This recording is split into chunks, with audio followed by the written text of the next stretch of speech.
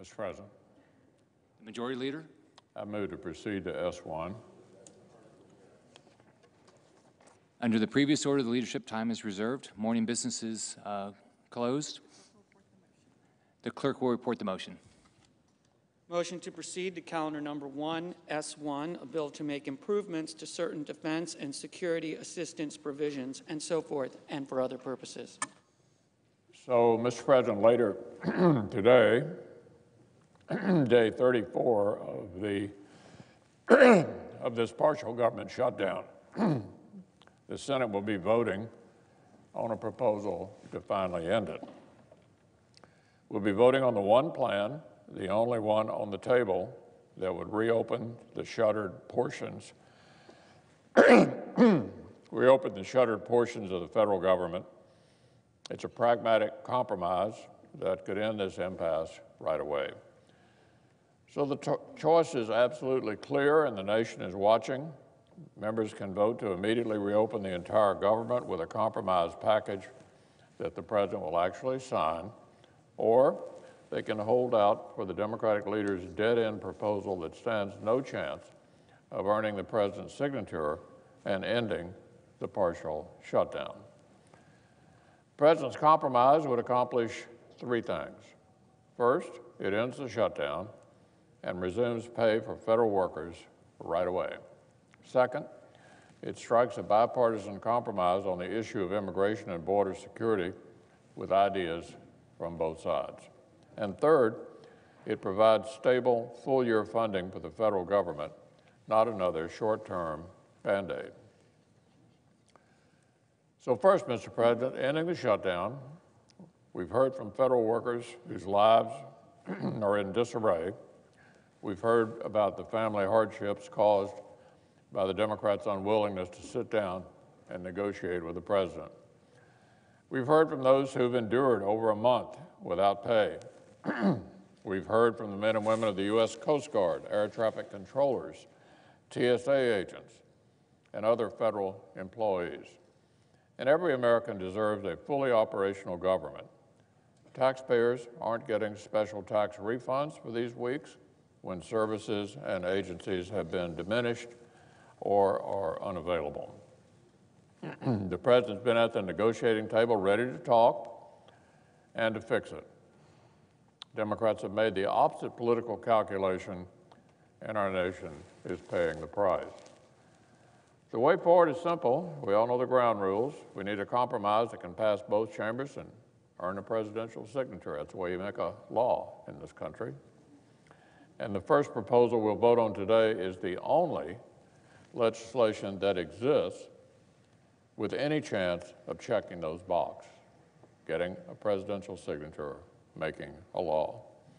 Now, on immigration and border security, this legislation provides the resources that the men and women who risk their own safety to defend our border tell us are necessary. In the past year, we've watched as apprehensions of family units at the borders have risen, more young people brought into danger. They've seen more interdiction of illicit substances like heroin, methamphetamines, and fentanyl, and higher rates of attempted crossings by gang members and criminals. The need for more security on our border is not a partisan invention. It's a fact. It's a reality most Senate Democrats readily admit. One Senate Democrat said, "I'm willing to support more border security." Another said, "Certainly you need barriers," and we support barriers. Not to be outdone, a third said, "I'm a huge advocate of border security." Well, if they agree with the need, they should agree with this modest proposal.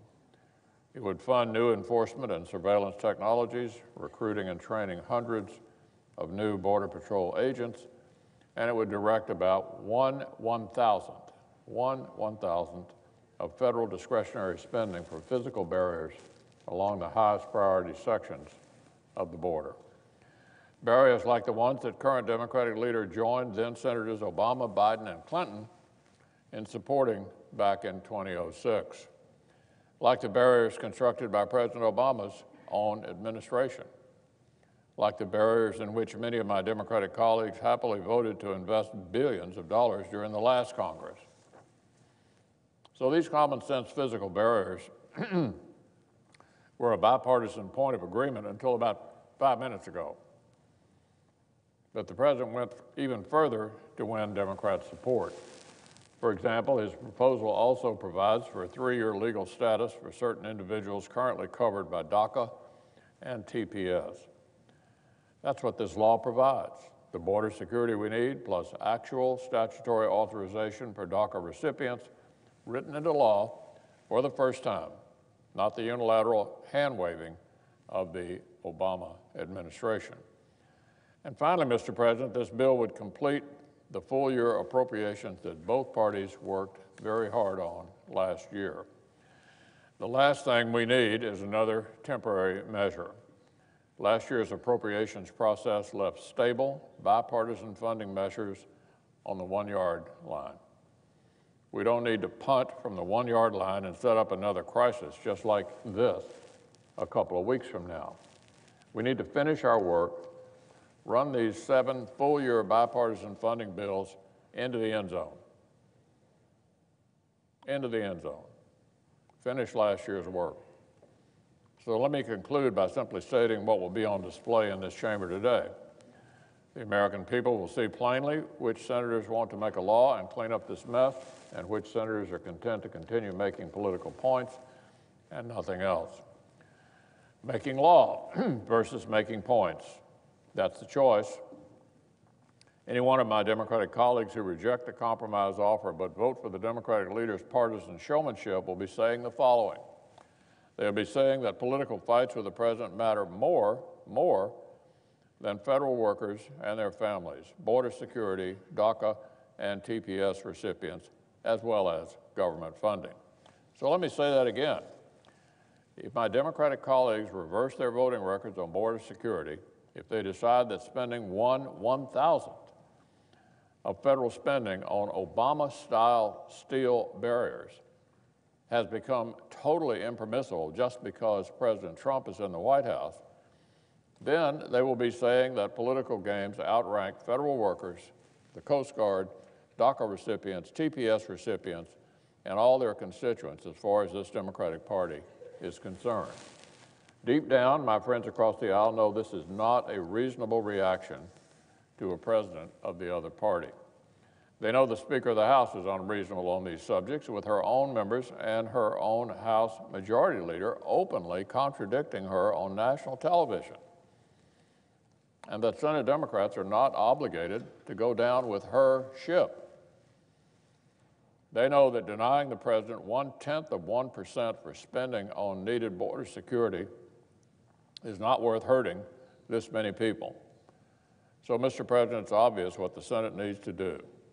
Today, we'll decide whether we turn a new corner and begin putting the last month behind us, or whether we will all continue to show up for work stuck in exactly the same situation. Only one bill does all the bipartisan things I've discussed. Only one bill has any chance whatsoever of becoming law. So we ought to vote for it.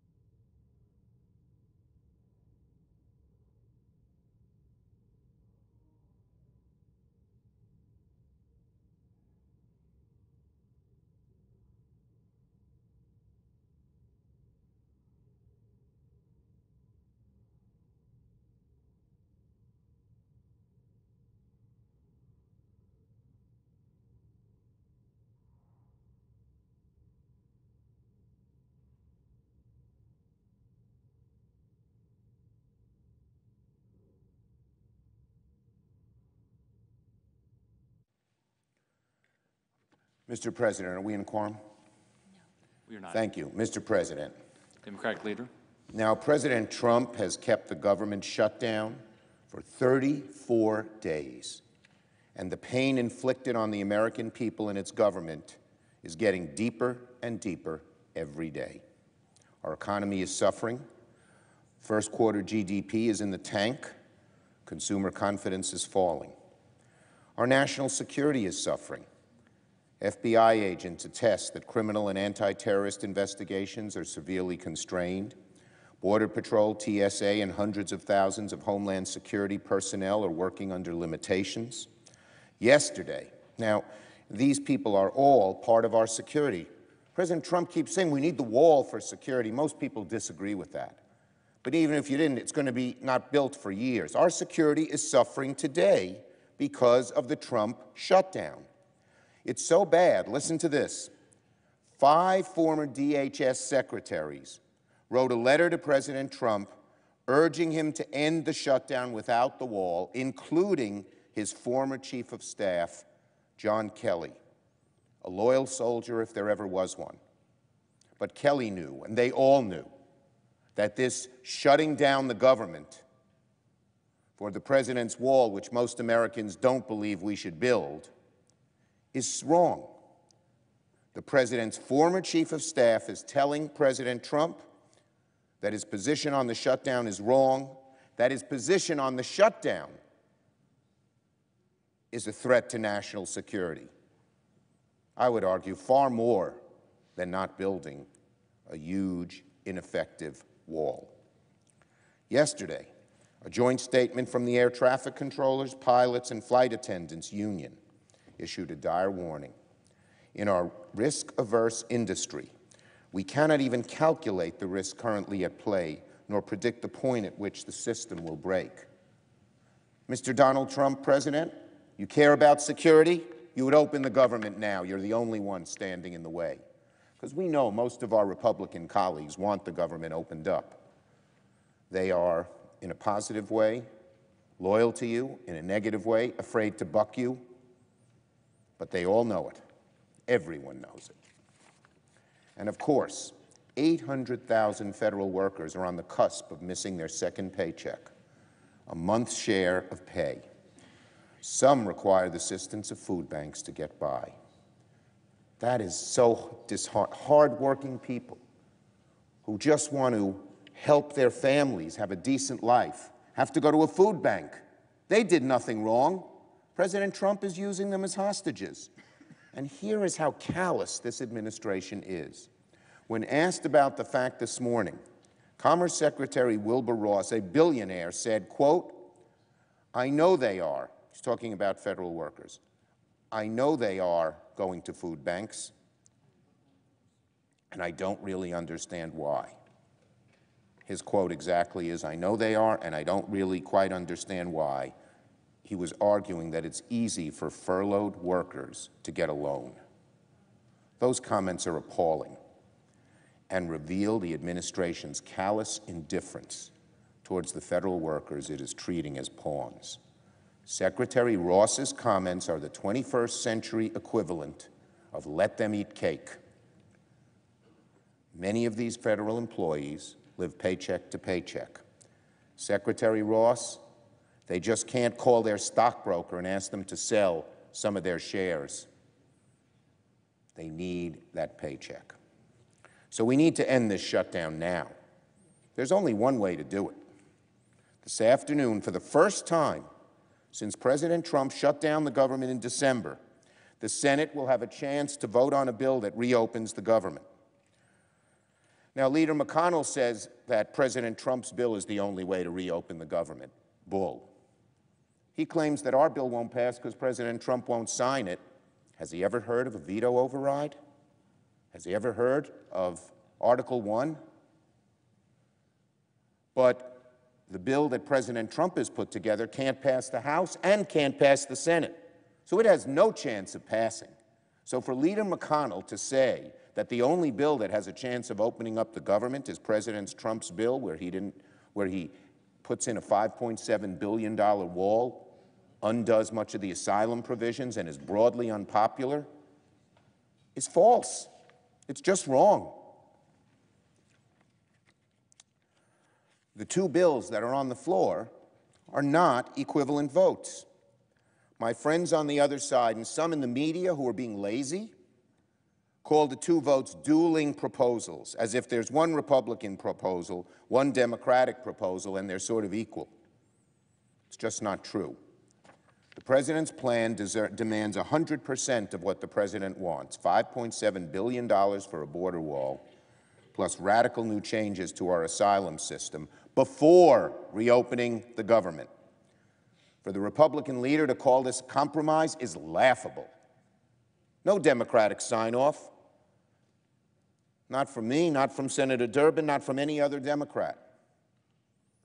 It's a harshly partisan proposal that equally codifies the President's position that government funding is a bargaining chip, that essentially codifies. It's a harshly partisan proposal that essentially codifies the President's position that government funding is a bargaining chip. A vote for the President's plan is an endorsement of government by extortion. If we let him do it today, he'll do it tomorrow, and tomorrow, and tomorrow.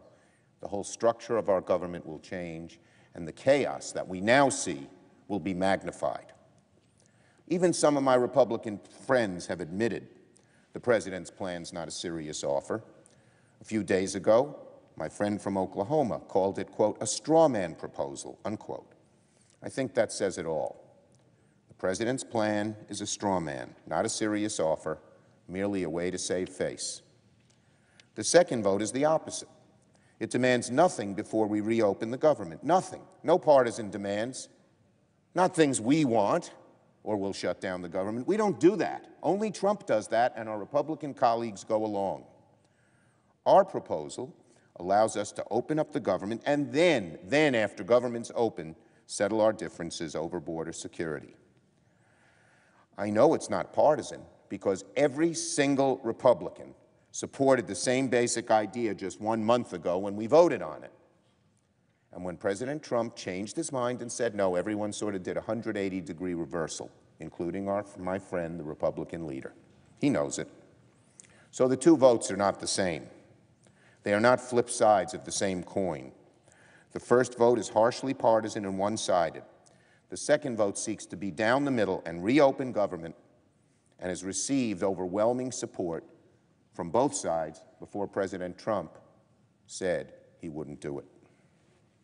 Calling the two votes equivalent is not an attempt just to simplify, but to mislead. Nonetheless, in a few hours, we'll take these two votes. The Senate will have a chance to say no to the President's hostage-taking, and then the Senate will have a chance to send a clear message that Congress is ready to reopen the government. To my Republican colleagues, even if you're for the wall, all of those who have said, I may be for the wall, but I want to keep the government open, have a chance to do it on the second vote. Let's see how they vote.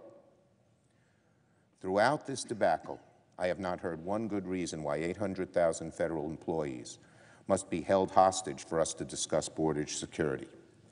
Democrats are happy to discuss border security under regular order with the government open. We support stronger border security. President Trump believes the best way to do that is an expensive and ineffective wall. We disagree sharply over that, but there's no reason we can't negotiate and figure it out. What we cannot allow is the President to hijack our government and hold it hostage every time we disagree over policy, which he will do if he wins this time. The votes this afternoon are about more than just a shutdown. They're about how we govern in a democracy. We're allowed to come here and disagree over policy. In fact, our system of government was designed to allow for progress despite our large and sometimes raucous differences. But when one side, in this case the President, throws a temper tantrum and uses the basic functioning of our government as leverage in a policy argument, our system of government breaks down. If every president decided to shut down the government when they didn't get a policy from Congress, America would careen from crisis to crisis, an endless spiral of gridlock and dysfunction. So the votes this afternoon are not about border security. These votes are about ending a manufactured crisis, a self-inflicted wound that is bleeding our country out a little more each day. And I hope I pray the Senate rises to the occasion. I yield the floor.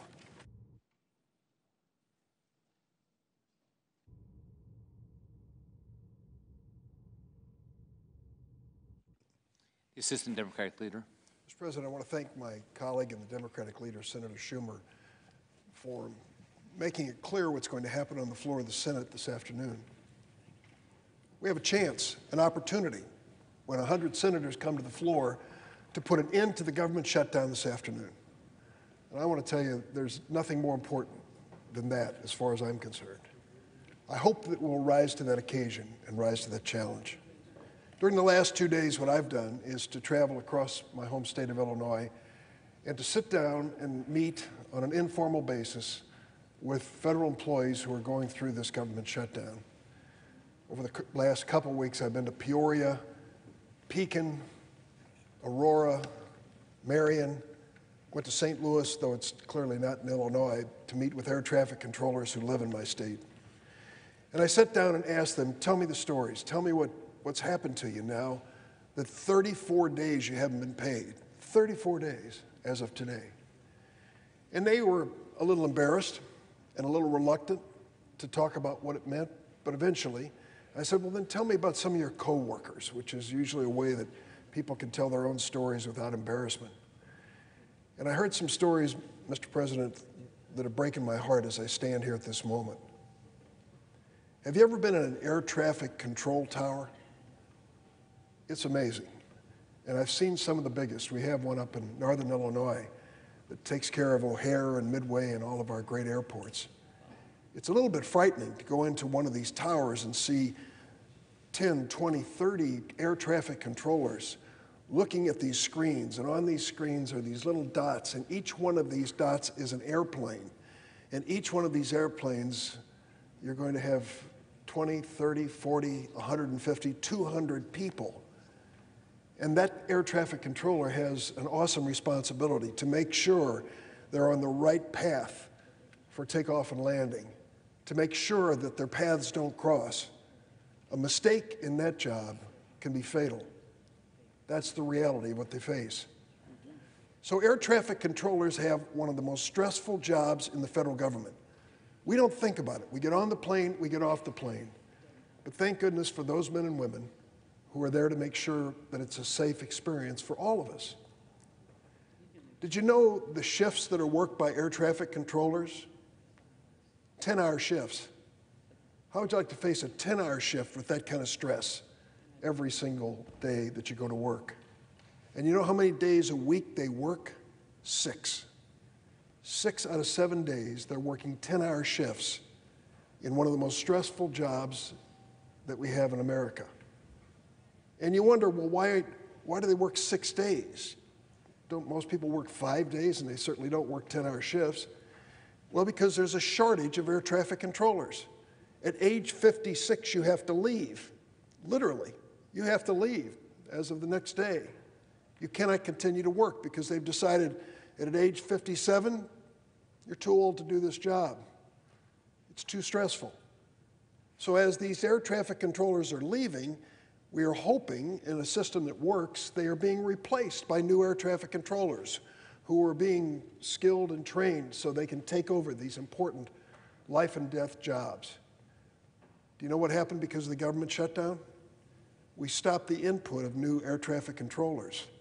So the number is continuing to diminish because of mandatory retirement, and the pressure on these air traffic controllers increases. Increases not just because of fewer numbers, but increases because of what we've done to their lives. These men and women are totally innocent when it comes to our debate about border security. They had absolutely nothing to do with the president's promise of a grand and glorious wall from sea to shining sea paid for by the Mexicans. They didn't make that up. The president did. And now he's called for a government shutdown until his campaign promise is fulfilled. Well, I talked to some of those air traffic controllers. What's it like? What are you facing? And they went through a long litany of things that they are facing. Many of them are struggling because of no paycheck coming in. Difficult for them A couple of them were embarrassed to say they're going to food pantries set up by churches and charities in their hometown to pick up some groceries, to feed their families during this government shutdown. Others talked to me about children and their families with serious medical problems. Yes, they continue to get their health insurance as federal employees, but the co-pays that they have to pay out of pocket, they worry about making those payments now that they're not getting a regular paycheck, and they can't see any end in sight when they will. Then a couple of them really have some very practical issues. One of them came to one of his co-workers, who's the head of the local union for those air traffic controllers, and he said, "I want to tell you something in confidence. I have 5 days left here. I cannot continue to come to work beyond 5 days. I drive long distances. I have to buy gasoline for my car. I've got to find another job. I may have to drive an Uber car, which some federal employees are doing. I may have to find some job tending bar, which some federal employees are doing, just so there's income coming in for my family." But the worst one was in St. Louis, where this woman, air traffic controller, said, "One of my colleagues here in air traffic control confided in me that he has to drive long distances to get to work in St. Louis, buy a lot of gasoline each day to make that round trip. To buy gasoline last week, he went and sold plasma from his own body to get the cash to buy the gas." That is the reality of this government shutdown. And I asked, and all of us asked, to these air traffic controllers, do you see any evidence on the job that people aren't doing the job as they're supposed to? No. We have an awesome life or death responsibility here, and we take it seriously. But they quickly added, "Senator, if this continues and people are not replaced, we're going to reach a point where we have to keep the system safe. And to keep it safe, the distances between aircraft flying into airports and out of airport will have to be increased. The intervals between aircraft will have to be increased so that there's a safe atmosphere always when it comes to our airports. What happens when that interval and distance is increased? Your flight's late again. Mine was late leaving O'Hare last night, about an hour and a half. We asked why. Well, a member of the crew was coming in on an international flight. She had to go through customs. Customs has been reduced in number to 2 people at St. Louis because of the government shutdown. So it took her an extra hour to join up with the flight that I was on. It was a minor inconvenience for me, maybe a major inconvenience for some other passenger, but it's an indication what happens when all of these men and women who are behind the scenes keeping our air control system working are under pressure, and where there are fewer of them than there should be doing their job. It reflects what happens when we don't have enough people in the customs section at international airports to process people in a timely way. The system slows down. Why? Why are we at this point? Did the air traffic controllers need to be punished for something? If they did, I don't know what it might be. They're good men and women. They are trained in a fashion that very few people could actually do their job. It's interesting. I've been down to Oklahoma City in places where they're trained. Everybody doesn't cut it. You have to be pretty darn sharp to be able to keep track of all those aircraft and to not buckle under pressure because it is a pressure-filled job. President Trump's shutdown has added pressure to that job. Does it make you feel safer when you get on an airplane to know that? I don't. I worry about it. And I worry about those men and women who simply want to do what they were hired to do. Incidentally, about 1/3 of them are veterans. They served our country, many of them in the Air Force, and they took their skills that they learned in the military and brought them in to air traffic control. We give a lot of speeches on the floors here, Republicans and Democrats, about how we want to honor our veterans. How can we be honoring our veterans when 800,000 federal employees have gone without pay for 34 days, and between 25 and 35% of them, depending on the agency, are actual veterans? Are we honoring our veterans by not paying them in a timely fashion? The first bill that will be up today is President Trump's bill in dealing with this crisis. It will deal with the shutdown that he created, but it also addresses several other problems which the president made a decision on, and we are trying to fix. I want to address one of them in particular because it's an issue that I've worked on for a long time, and that is the fate of people known as dreamers, those who are protected by DACA. These are people who were brought to the United States as children, some of them as infants and babies.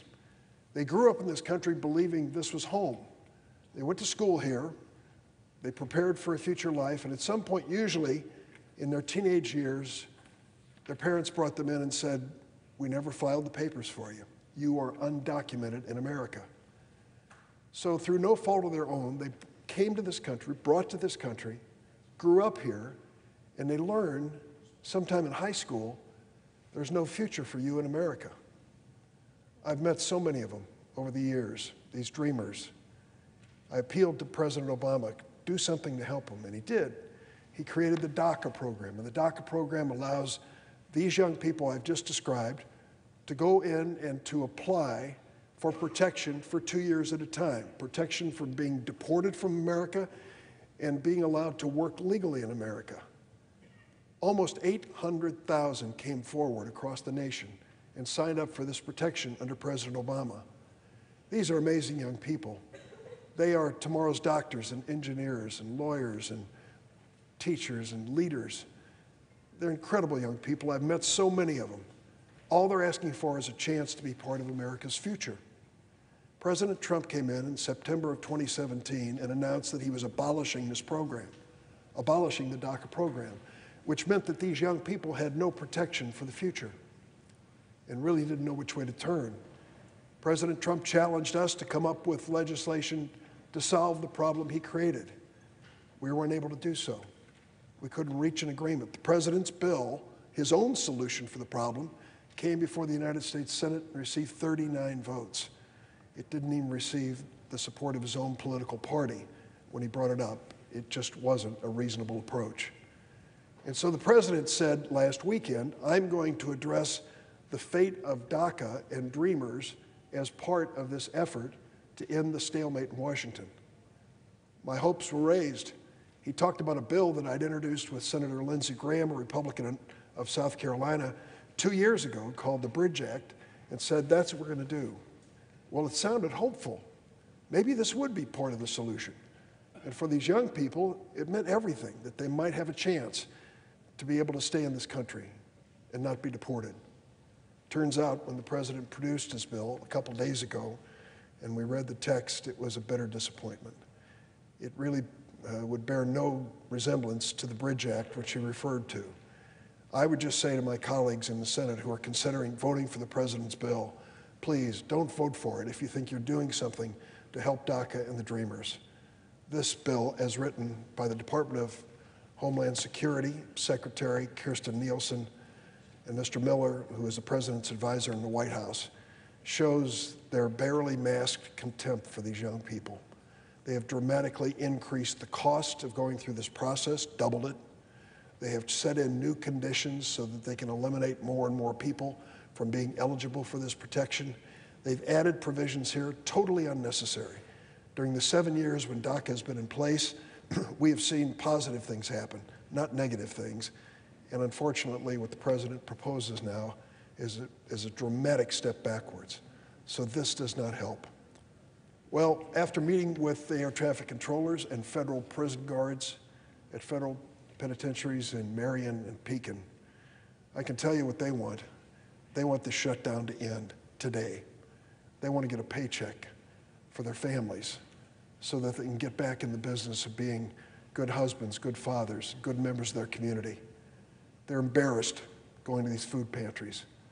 They can't imagine what they're going to do because of some of the problems that have been created with their credit ratings because this president has shut down their paychecks for 34 days. They don't have any choice but to come to work, these prison guards, air traffic controllers. They're called essential personnel. And so I would hope at the end of this day that we would think of them first, make sure this shutdown ends immediately today. And one other thing, this needs to be the last time we have this conversation on the floor of the Senate, the last. We've got to make government shutdowns an unacceptable tactic of either political party or any branch of our government. It is just absolutely terrible that these innocent people who work for our government are paying the price of our inability to reach a political agreement on issues. We can find an agreement on border security, but it shouldn't be because 800,000 innocent federal employees haven't received a paycheck for 34 days. Let's step forward and do this in a bipartisan fashion. Over this last weekend, I received scores of phone calls from my colleagues in the Senate.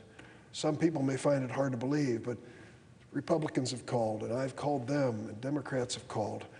It's a bipartisan feeling that this crisis, this manufactured crisis, has to come to an end. The second vote that'll be offered today, the one that the Democrats will offer, is simply to extend the continuing resolution to fund our government in the shutdown immediately and give us a matter of days to get this job done in coming to a compromise on border security. I know we can do it. I'm convinced we can do it. I know there's a feeling of goodwill, but we need enough Republicans to join with the Democrats to make this a bipartisan effort today. I don't believe the president's bill is going to pass. There are aspects to it that I've described that are just unacceptable to so many of us.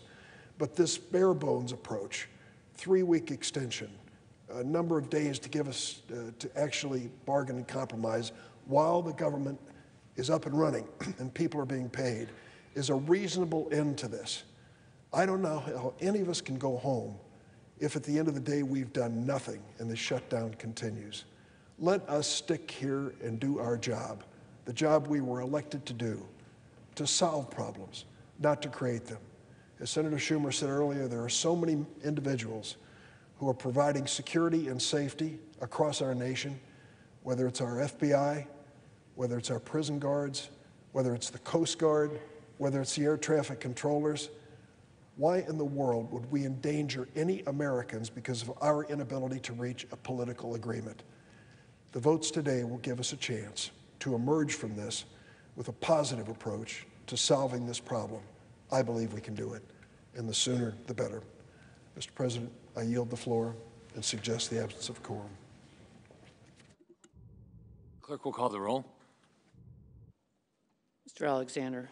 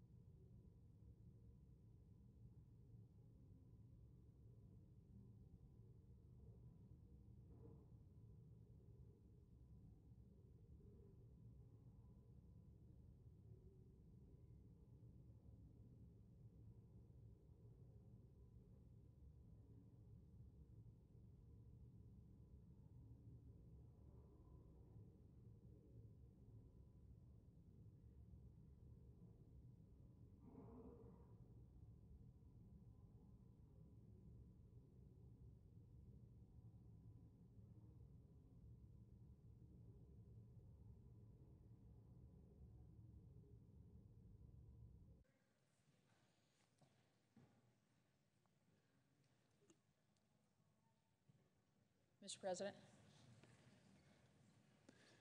Senator from West Virginia. Thank you, Mr. President. I come to the floor as the chairman of the Homeland Security. Senate's in a quorum call, Senator. Can the Senate vitiate the quorum call? Without objection. Thank you. Thank you. I come to the floor today as the chairman of the Homeland Security Appropriations Subcommittee, and I rise to express my strong support for the End the Government Shutdown and Secure Our Borders Act. This legislation includes many important priorities, and there are important priorities that we need to address now. And in the past several days and weeks, there's been a lot of talk about who has more leverage, who's winning, what the political stakes are. You hear a lot of different answers to those questions, depending on who you ask, quite frankly. But I'll tell you one thing. Those are not the questions on the mind of our federal workers. Just this morning, at about 4 o'clock this morning, I had a conversation with several TSA agents in the airport, Yeager Airport, where I fly out of to come to Washington. And what I got in response from them in talking about the situation was a lot of head shaking and a lot of questions. But their questions have to do with how are they going to pay their bills and when is this going to end? And I understand their frustration. I'm frustrated. That's exactly why I've always said that a shutdown is no way to govern. It's not in anyone's best interest. It's a disservice to our federal workers, and it's a show of our inability to do our job in conjunction with those on the other side of the aisle. And it's a signal to the American people that we think this confusing and ineffective way to govern is okay, when it's not. It's not okay. We're here in this body to work together, to get over the rifts that we may have, and to move forward to do the people's work. We got to fix this situation, and we got to fix it now. We have an opportunity today to do that, and I plan to do that by voting for the President's proposed compromise. This proposal does two things that we should all want. It reopens the government, and it helps to secure our southern borders. If we pass this amendment, and I hope that we do, we will bring our furloughed workers back to work, and they will get paid. We will pay the dedicated men and women of our Coast Guard, our federal prison guards, and our TSA and Border Control personnel, and many others, many of whom I've talked with. And we'll take a major step forward in securing our nation. The resources in this bill are necessary, I believe, are necessary, because I believe we do face a crisis on our southern border. Over 153,000 people were apprehended last year in the last 3 months of 2018. And that number does not include the people that were not apprehended at our southern border. The number of illegal boarding crossings was up more than 80% in the last 3 months of 2018 as compared to the last 3 months of 2017. And the composition of those being detained for crossing the border is changing. In 2000, 98% of those detained for illegally crossing the border were Mexican nationals, and most were single adults. They could be repatriated to Mexico very quickly, within hours. But in 2018, more than 56% of individuals detained were from places other than Mexico, a large portion from Honduras, Guatemala, and El Salvador. And increasingly, individuals are showing up at our borders from all over the world. And 40% were either unaccompanied minors or arrived as part of a family unit. That's way up. That's way up. That means longer detention proceedings that have placed a burden on our immigration court system, and it means an increased need for facilities to safely and responsibly house these people for a longer period of time. I visited the detention centers in Texas. The facts make it very clear, I believe, that there is a crisis, and the amendment that we will vote on today offers a solution. We also know that physical barriers work. In the San Diego, Tucson, El Centro, and El Paso regions, where the construction of physical barriers, where there are constructed physical barriers, the illegal boarding crossings have gone down by more than 90%. I mean, that's undeniable. We right now have 654 miles of physical barrier in place today. I've heard folks say that we don't have any walls or we don't have any barriers. Yes, we do. Yes, we do. If we pass this amendment, we can build another 234 miles in areas like the Rio Grande Valley, where career Border Patrol personnel tell us that it's the most needed. There's been a lot of talk that the professionals should be in charge here in terms of telling us how and what the best methods of protecting our borders are. Well, they are in charge. As subcommittee chair, I've had several meetings with them for them to tell me what their border security plan is, and the CBP has that. This amendment would fund the bulk of the top 10 requests. They have a 33-point plan. This would get us through the top 10. The funding in this bill provides for a border wall system, which is much more than just a physical barrier. It provides lighting, sensors, cameras, and access roads to help our Border Patrol agents gain and maintain operational control of the border. These are the things that the Border Patrols ask for. A wall is not the only solution, but it is a critical part of the solution. The resources included in the amendment for the southern border are important to the security of our nation, and they are especially important to address our drug crisis. Fentanyl seizures by the Border Patrol at the ports of entry are up 122% from last year. Remember, fentanyl is a killer. Over half the deaths by overdose in our state had some bit or some part of fentanyl involved. Methamphetamine, which I hear is on the rise. Methamphetamine seizures from the ports of entry are up 75%. The border wall system will reduce the flow of these illegal drugs between our ports of entry. We do know that much of the heroin, fentanyl, and methamphetamine that is hurting so many Americans cross our border at our ports of entry. So this amendment addresses that issue as well. It provides $805 million for technology, canines, and personnel to stop the flow of illegal drugs into our country. That's what West Virginians are interested in. This drug crisis is really impacting us. This would be an unprecedented investment in these types of detection capabilities, a complete game changer. The amendment would allow us to hire more people, which is another thing the CPB says that they need. 750 new border agents and 375 new custom officers to complement these investments.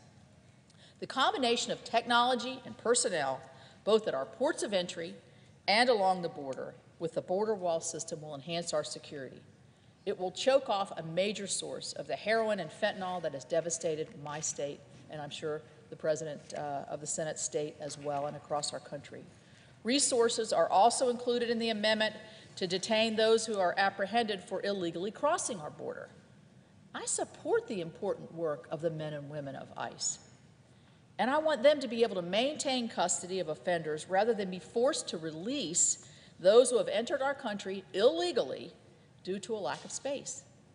In my view, that is not only more secure and more safe for us, it's actually more safe and secure for anybody who's involved in the immigration system. They and many more of the brave men and women of the Department of Homeland Security continue to perform these difficult tasks without getting paid during this shutdown. Chairman Shelby's amendment is not a short-term patch. We're kind of past the time where we need a short-term patch. We need to move forward. It is not a continuing resolution that runs our government on autopilot for a little while and denies the Senate the ability to make smart choices in exercising the power of the purse.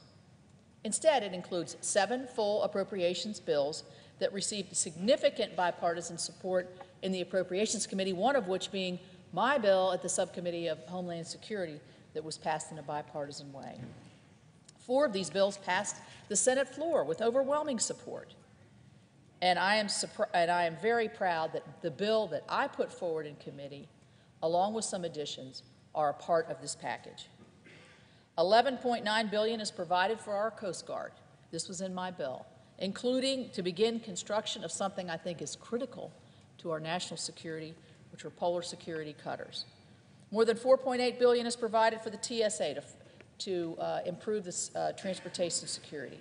$19.8 billion is appropriated for FEMA to make sure that we have the necessary resources to respond to past and future natural disasters. There are important priorities within these bills and from other subcommittees as well. One couple I'd like to highlight, the agriculture title has $550 million for a rural broadband pilot project that I strongly support as part of my Capito Connect plan in the state of West Virginia. The FSGG title has resources for the drug-free communities and high-intensity drug task forces, which are critical to stopping this drug epidemic that I've spoken about. The CJS title has $468 million to combat the opioid epidemic and another $30 million for economic development assistance in coalfield communities. These are just a few examples of what this Shelby Amendment has. The amendment that the Democrat leader has proposed reopens the government through February the 8th. It provides no new resources to address the security and humanitarian crisis on our southern border. Let me repeat that. It provides no new resources to address the security and humanitarian crisis on our southern border. Passing the Schumer plan would put us in the same position on February 8th that exists today. We don't need to pause the shutdown for 15 days and ignore border security. Article 1 of the Constitution gives us, as the Congress, the power of the purse, and we should exercise it by making smart choices based on the situation that is in front of us today. Continuing resolutions only cut and paste the choices that we made last year. We should instead pass the 7 appropriations bills before us that fund the government for the rest of the year in a thoughtful way, a bipartisan way, while also providing necessary resources to protect our nation. President Trump has made a significant concession by asking that we include a provision giving 3 years of certainty to those covered by the DACA executive order, as well as those who have been on temporary protective status. That provision is included in this amendment. This is the type of reasonable compromise that is necessary to pass major legislation during a period of divided government. No one, not the president, not any senator, not any representative, gets everything they want in this bill or any bill, really. And the bill includes items that many of us individually might have left out if we wrote the bill ourselves, but that's the nature of compromise. The 7 appropriations bill that make up the Shelby Amendment are the products of significant bipartisan compromise on behalf of the nation. And I believe we should embrace the spirit of compromise to end this shutdown and secure our border. What can't be compromised is our nation's security. You know, we just celebrated Martin Luther King Jr. Day last Monday. And as I was reading a lot of his famous quotes, I thought about this one because of the situation that we find ourselves in right now. Quote, "If you can't fly, then run. If you can't run, then walk. If you can't walk, then crawl. But whatever you do, you have to keep moving forward. Let's start moving forward together."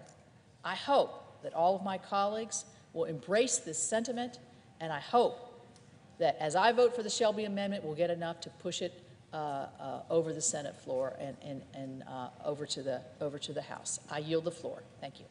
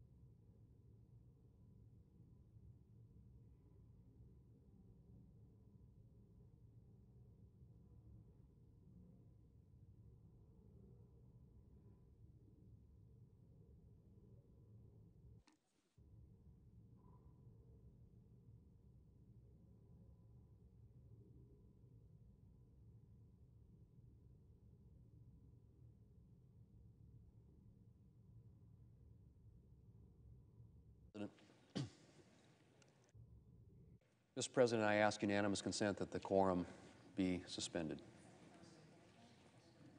The Senate is not in a quorum call. The senator is recognized. Mr. President, this afternoon, Senate Democrats will have the opportunity to vote to reopen the government when the Senate takes up the President's compromise proposal. I hope they're as serious about ending the shutdown as they've claimed to be. Unfortunately, they haven't looked too serious over the past month. Democrat leaders have spent a lot of time talking about ending the partial shutdown, but they've absolutely refused to engage in any genuine negotiations to reopen the government. Democrats don't seem to understand that when there's a disagreement, both sides have to give a little in order to get things resolved. If we're going to get the government reopened, then both Democrats and the President are going to have to compromise. Now, Mr. President, the President understands this. He's repeatedly made it clear that he's willing to negotiate. And on Saturday, he put forward a genuine compromise, legislation that addresses his border security priorities and some of the Democrats' most important immigration priorities. Unfortunately, Democrats' reaction was less than promising. The Speaker of the House labeled the compromise a non-starter before she'd even seen it. But of course, she offered no replacement. Mr. President, President Trump offered a proposal that he believed would address some of the Democrats' concerns. If Democrats didn't like that proposal, then they could have offered an alternative, one that addressed their concerns and attempted to address some of the President's concerns. But so far, the only Democrat proposals have involved the President agreeing to all of the Democrats' demands in exchange for vague promises to address the security and humanitarian crisis at the border at some unspecified date in the future. Mr. President, the Democrat leaders of the House and the Senate may be persisting in their refusal to negotiate, but there are signs that rank-and-file Democrats are starting to get restless. More than one Democrat member of Congress has noted, in the words of one House freshman, and I quote, "Am I willing to talk about more fencing and more drones and more technology and radar and border agents? Absolutely," end quote. Even the House Majority Leader sounded like he was ready to break with Speaker Pelosi's obstruction, stating that Democrats are, and I quote, "for border security," and that, quote, "physical barriers are part of the solution," end quote. That from the House Majority Leader. Well, Mr. President, I hope that that spirit of compromise continues to grow. In a couple of hours, Senate Democrats will have the chance to vote on the President's proposal. The bill before us would immediately reopen the government. It would provide paychecks and back pay to federal workers. It would provide needed disaster recovery funding. It would deliver all 7 of the remaining 2019 appropriations bills, the product of bipartisan work in the House and in the Senate. And it would tackle the security and humanitarian crisis at our border and address Democrat immigration priorities. In fact, Mr. President, this bill contains a version of immigration legislation originally sponsored by the Democrat leader, the Democrat whip, and the ranking member of the Senate Judiciary Committee, among others. The bill before us today is a genuine compromise. And I hope at least some of my Democrat colleagues will see their way to supporting it. Because, Mr. President, it is the only legislation that we will be voting on today that can be signed into law, end the shutdown, reopen the government, make sure that federal workers are getting paid, and address our crisis at the border. Democrats' refusal to engage in serious negotiations has already cost federal workers a paycheck and limited government services for literally tens of thousands of Americans. It's time for Democrats to stop putting their antipathy for the President above the needs of the American people. I hope we do that this afternoon, Mr. President. The time has come to make a deal, and we need Democrats at the table. Mr. President, I yield the floor. Senator from Virginia. Mr. President, for Democrats, antipathy to the President is not the issue. The issue is antipathy to shutting down the government. Democrats, I ask unanimous consent that I speak for up to 10 minutes, Mr. President. Is there objection? Without objection. Thank you. The issue isn't antipathy to the president. It's that Democrats don't believe in shutting down government. And I appreciate my colleague from South Dakota stating the issue the way he did at the beginning of his talk. Democrats, quote, won't engage in negotiation to reopen the government. Let's be plain.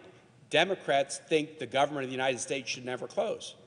Democrats think that using a shutdown as leverage to get something else is illegitimate and beneath the oath of office. The president, on the other hand, promised to shut government down, said he's proud to shut government down, and is willing to use the suffering of more than 800,000 employees and millions of American citizens to get his way.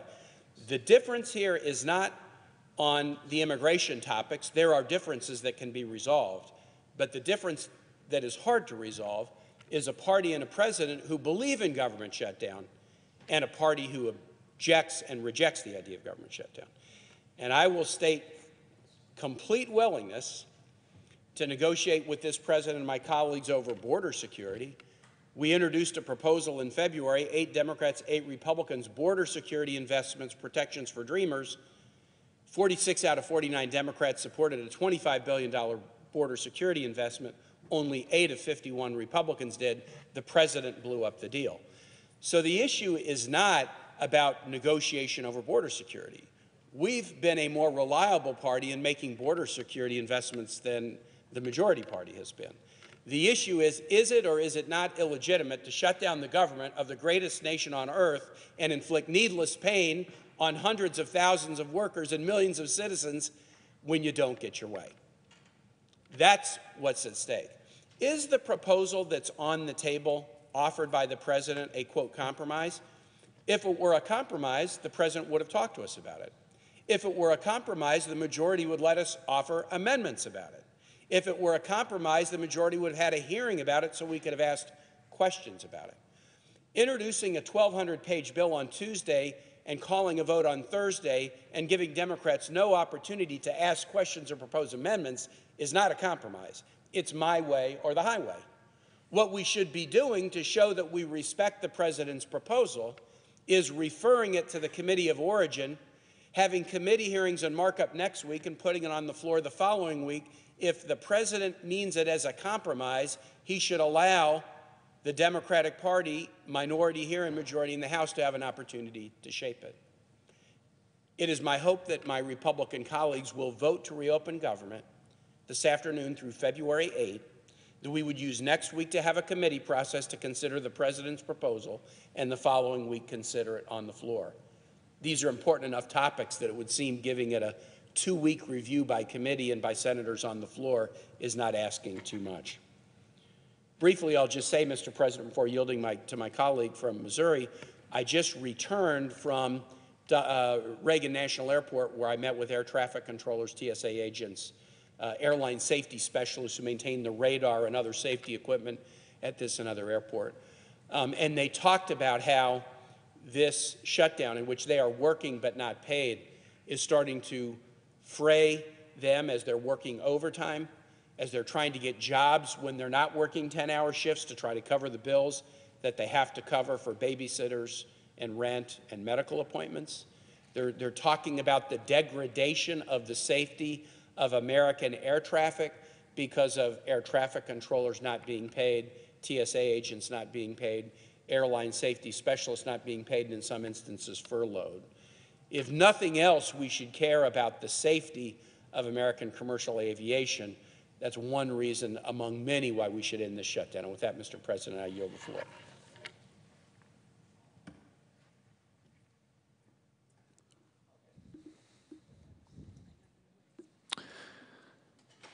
Senator from Missouri. Mr. President, you may have presided before, but you haven't presided before while I was speaking on the floor, and so it's great to welcome you as both my colleague and the President of the Senate. I'm glad to be working with you and glad we're both here today, but we're both here today at a time when the American people really expect the government to work.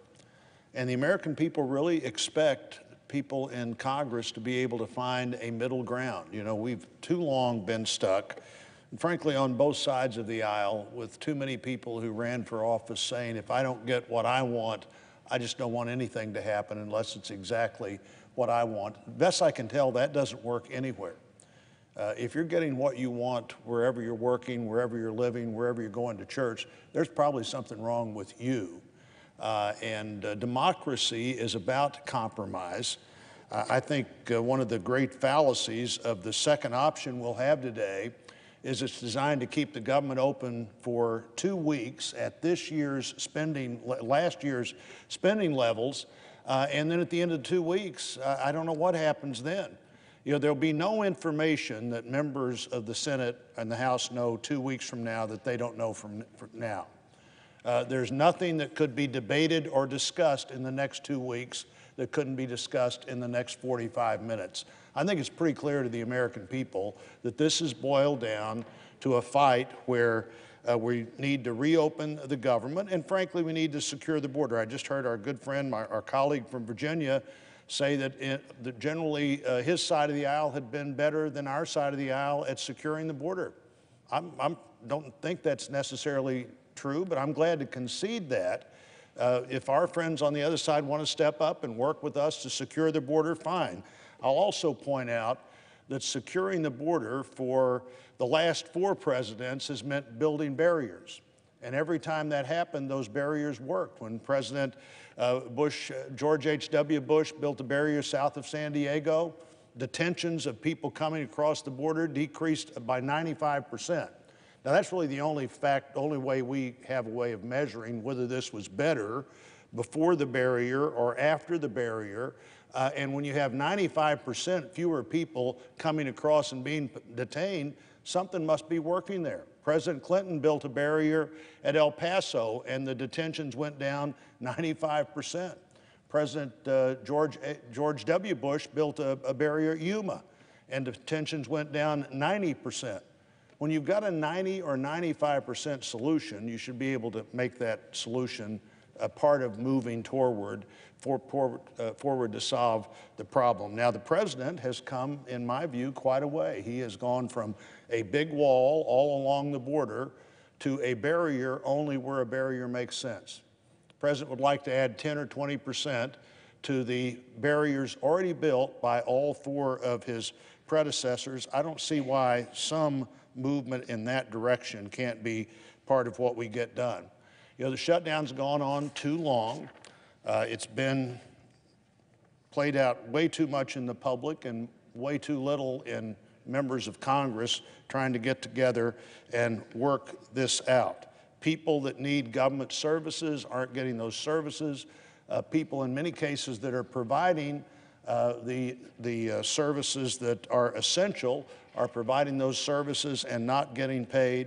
People who would like to be at work are at home. Now, the Congress, unlike any other time when the government's been shut down, has said in advance, everybody will get paid eventually. So the traditional worry about whether you get paid or not, whether your income is there or not, is gone, but it's not there at the time you expect it to be. And, you know, normally if you went to work for government at any level, you didn't go to work for government to get wealthy.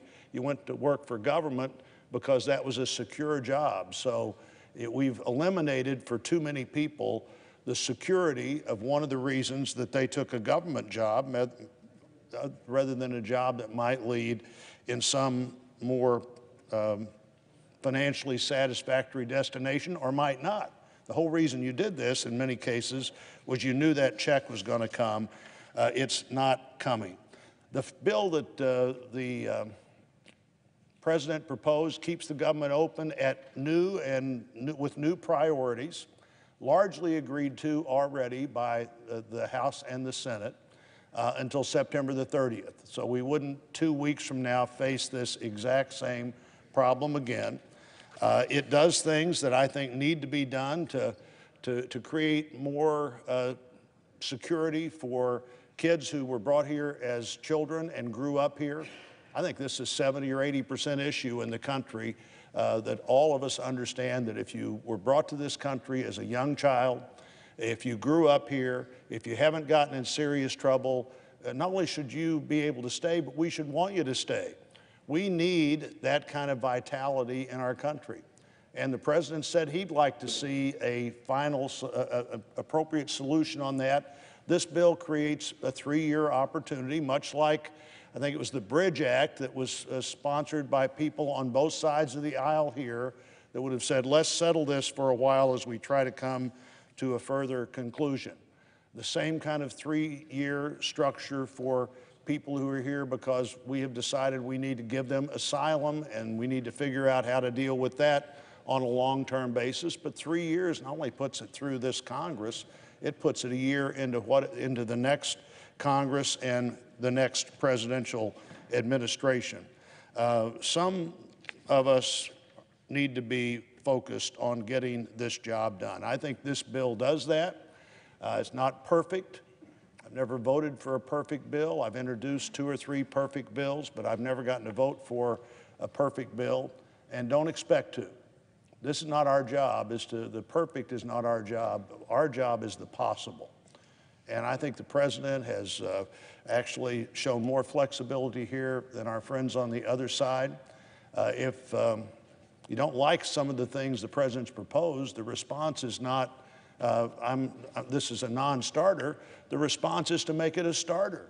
The response is, if you don't like something about what we're doing for deferred action on kids who were brought here, what would you do to make that better?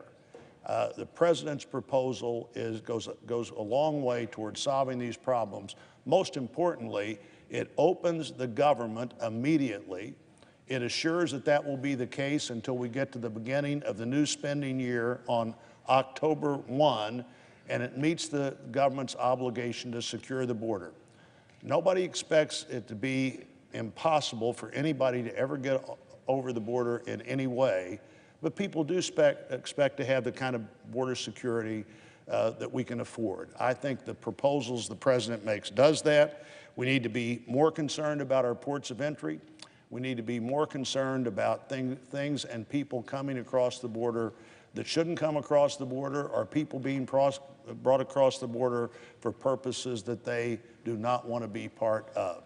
This is an important moment. We need to get this job done, and the 2 votes today will indicate whether we want to get this done on a long-term basis and get back into the regular basis of government, or whether we want to get this done for a couple of weeks, assuming somehow there are going to be dramatically new facts on the table in the next 2 weeks that aren't there right now. I don't believe that's the case, so I'm going to vote for the bill that gets the government open again and lets us get started with the work of how to fund the government on October 1 of this year, not how to fund the government right now.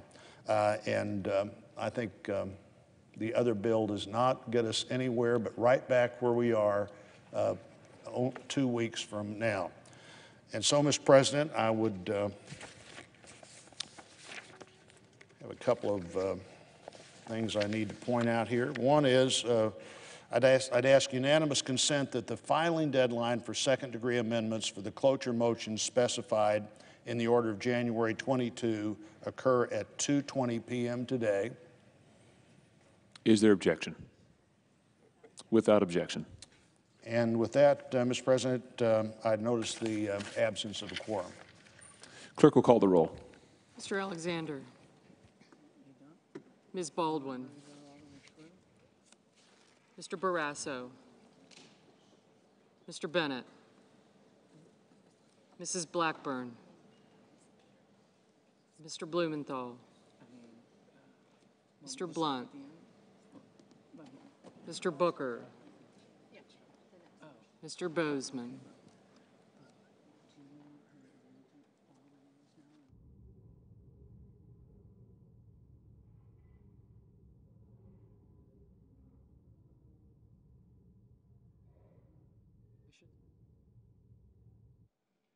Mr. Braun. Mr. Brown.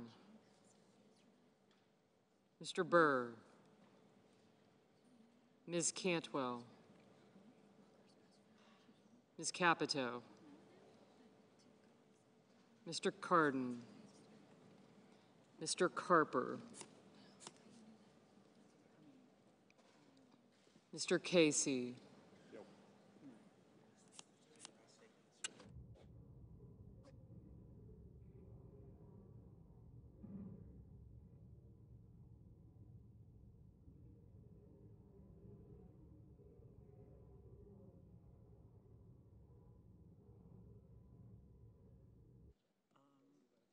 Mr. Cardin, Mr. Carper, Mr. Casey, Mr. Cassidy, Ms. Collins, Mr. Coons, Mr. Cornyn, Ms. Cortez Masto, Mr. Cotton, Mr. Kramer, Mr. Crapo, Mr. Cruz, Mr. Daines, Ms. Duckworth, Mr. Durbin, Mr. Inze, Mrs. Ernst, Mrs. Feinstein, Mrs. Fisher, Mr. Gardner, Mrs. Gillibrand, Mr. Graham, Mr. Grassley, Ms. Harris, Ms. Hassan, Mr. Hawley, Mr. Heinrich, Ms. Hirono, Mr. Hoven, Mrs. Hyde-Smith, Mr. Inhofe, Mr. Isaacson, Mr. Johnson, Mr. Jones, Mr. Kane, Mr. Kennedy, Mr. King, Ms. Klobuchar, Mr. Lankford, Mr. Leahy, Mr. Lee, Mr. Manchin, Mr. Markey, Mr. McConnell, Ms. McSally, Mr. Menendez, Mr. Merkley, Mr. Moran, Ms. Murkowski, Mr. Murphy, Mrs. Murray, Mr. Paul, Mr. Perdue, Mr. Peters, Mr. Portman, Mr. Reed, Mr. Risch, Mr. Roberts, Mr. Romney, Ms. Rosen, Mr. Rounds, Mr. Rubio, Mr. Sanders, Mr. Sass, Mr. Schatz, Mr. Schumer, Mr. Scott of Florida, Mr. Scott of South Carolina, Mrs. Shaheen, Mr. Shelby, Ms. Sinema, Mr. Smith, Ms. Stabenow, Mr. Sullivan, Mr. Tester, Mr. Thune, Mr. Tillis, Mr. Toomey, Mr. Udall, Mr. Van Hollen, Mr. Warner, Ms. Warren, Mr. Whitehouse, Mr. Wicker, Mr. Wyden, Mr. Young.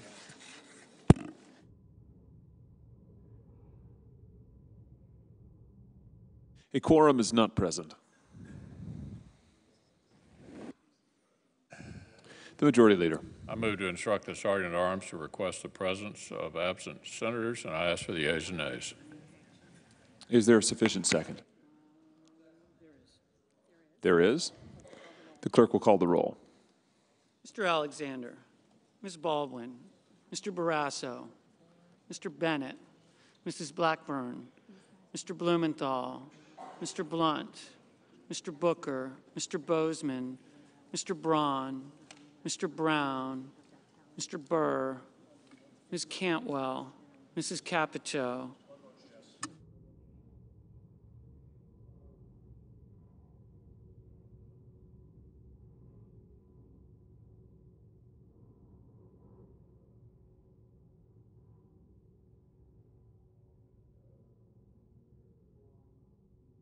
Mr. Cardin,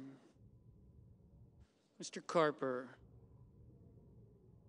Mr. Casey, Mr. Cassidy,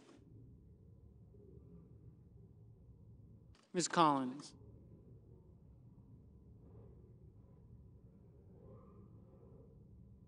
Mr. Coons, Mr. Cornyn, Ms. Cortez Masto, Mr. Cotton, Mr. Kramer, Mr. Crapo, Mr. Cruz,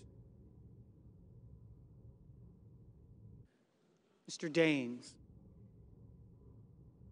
Ms. Duckworth, Mr. Durbin, Mr. Enze, Ms. Ernst, Mrs. Feinstein, Mrs. Fisher, Mr. Gardner, Mrs. Gillibrand,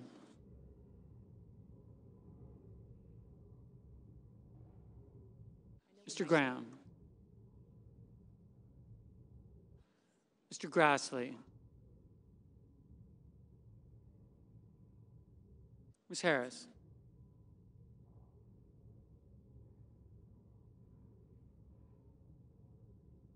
Ms. Hassan, Mr. Hawley,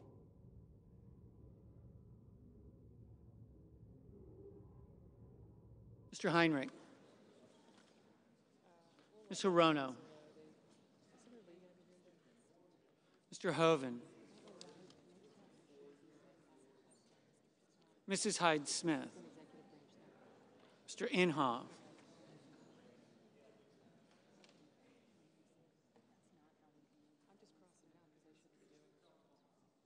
Mr. Isaacson,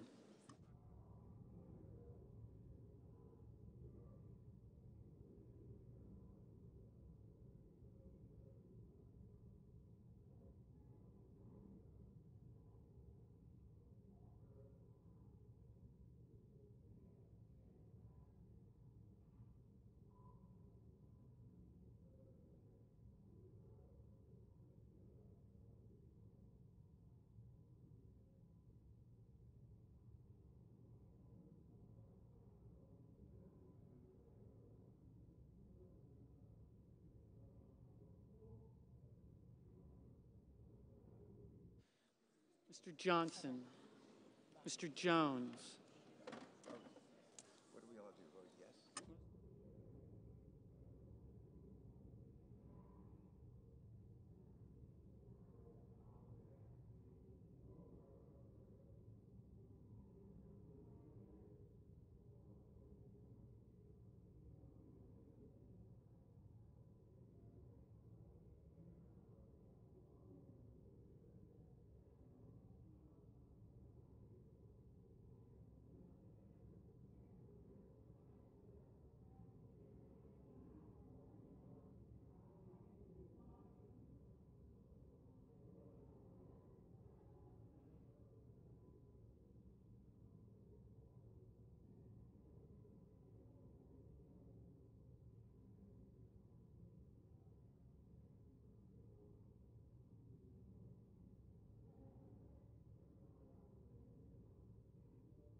Mr. Kane, Mr. Kennedy, Mr. King, Ms. Klobuchar, Mr. Langford, Mr. Leahy, Mr. Lee, Mr. Manchin, Mr. Markey, Mr. McConnell, Ms. McSally, Mr. Menendez, Mr. Merkley, Mr. Moran, Ms. Murkowski, Mr. Murphy, Mrs. Murray, Mr. Paul, Mr. Perdue,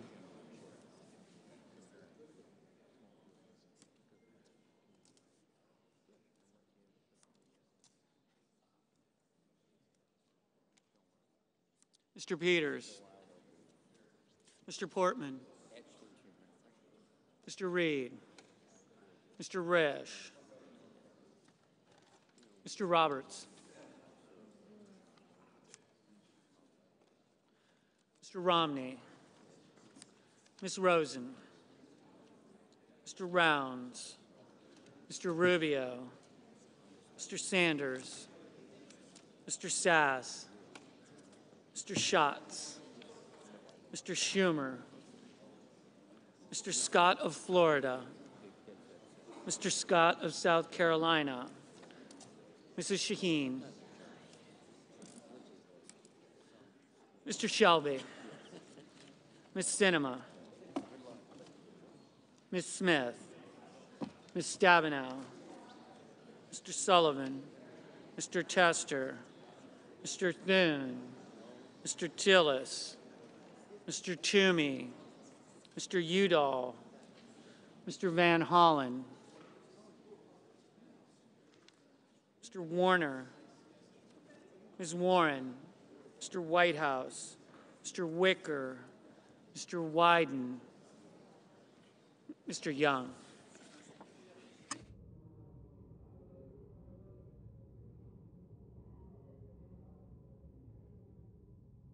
Senators voting in the affirmative: Blackburn, Blunt, Burr, Cardin, Carper, Cassidy, Coons, Kramer, Duckworth, Gillibrand, Grassley, Hawley, Isaacson, Jones, Kane, King, Manchin, McSally, Murray, Perdue, Reed, Romney, Rounds, Sass, Scott of Florida, Shaheen, Thune, Whitehouse. Senators voting in the negative: Booker, Cotton.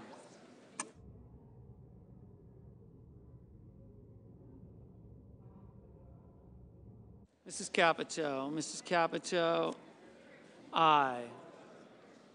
Mr. Alexander, Mr. Alexander, no.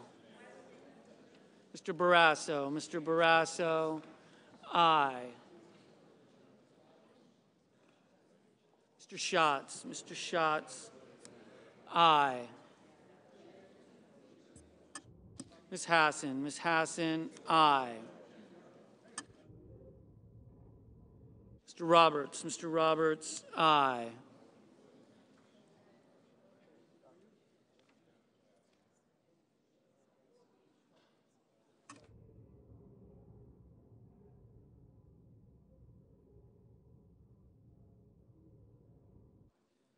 Mr. Kennedy, no.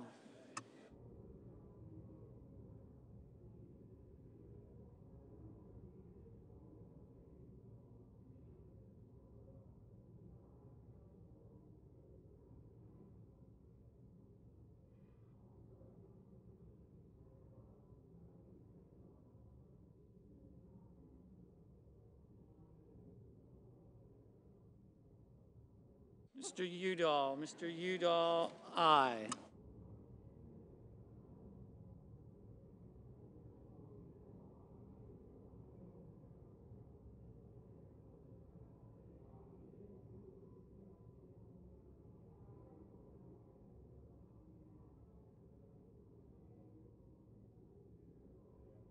Ms. Ernst. Ms. Ernst, aye.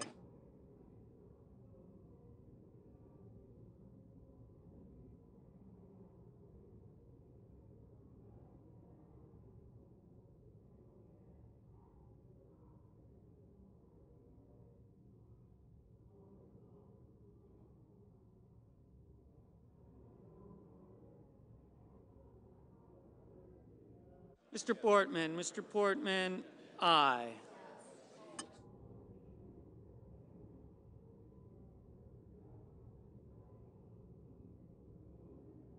Mr. Peters. Mr. Peters, aye.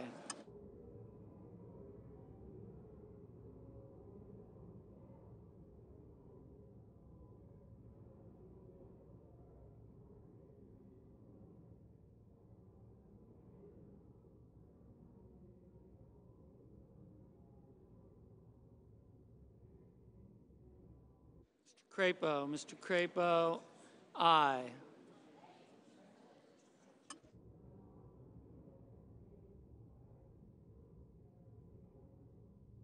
Mr. Langford. Mr. Langford, aye. Ms. Harris. Ms. Harris, aye. Mr. Casey. Mr. Casey, aye.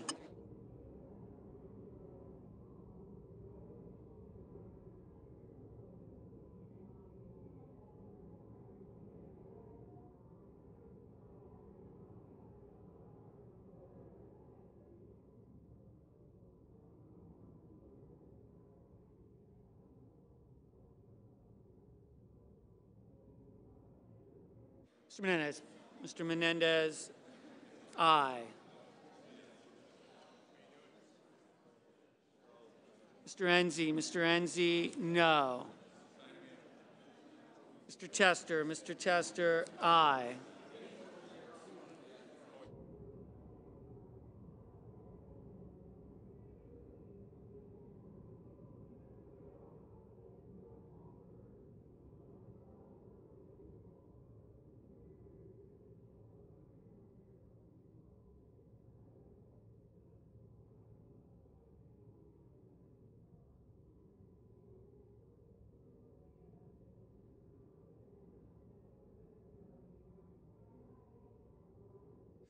Mr. Braun. Mr. Braun, aye.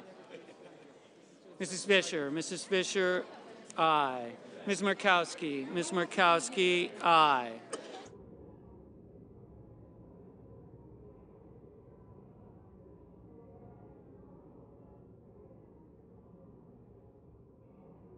Ms. Cantwell. Ms. Cantwell, aye.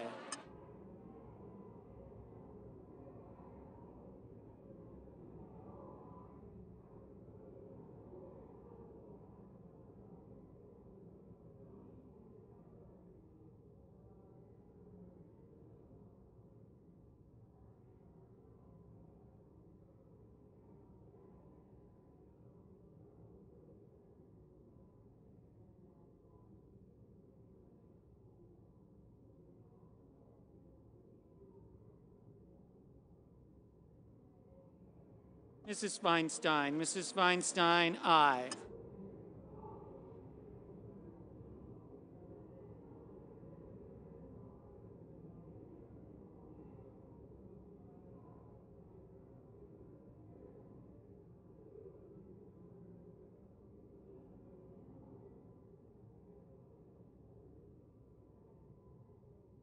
Mr. Wicker. Mr. Wicker, aye.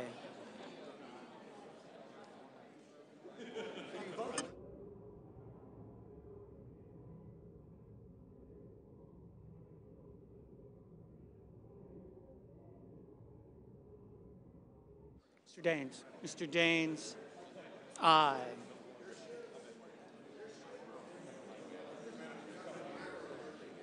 Mr. Leahy. Mr. Leahy, aye. Mr. Brown. Mr. Brown, Aye. Ms. Stabenow. Ms. Stabenow. Aye. Mr. Heinrich. Mr. Heinrich. Aye. Mr. Merkley. Mr. Merkley. Aye. Ms. Hirono. Ms. Hirono. Aye. Mr. Gardner. Mr. Gardner. Aye.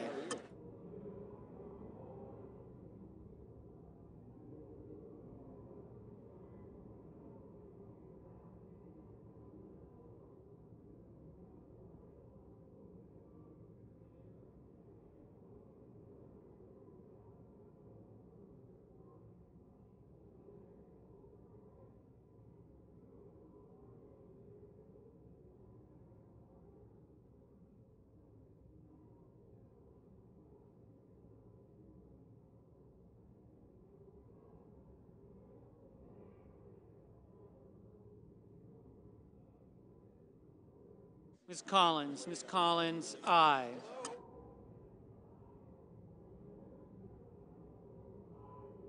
Mr. Moran. Mr. Moran. Aye. Mr. Toomey. Mr. Toomey. No. Mr. Wyden. Mr. Wyden. Aye.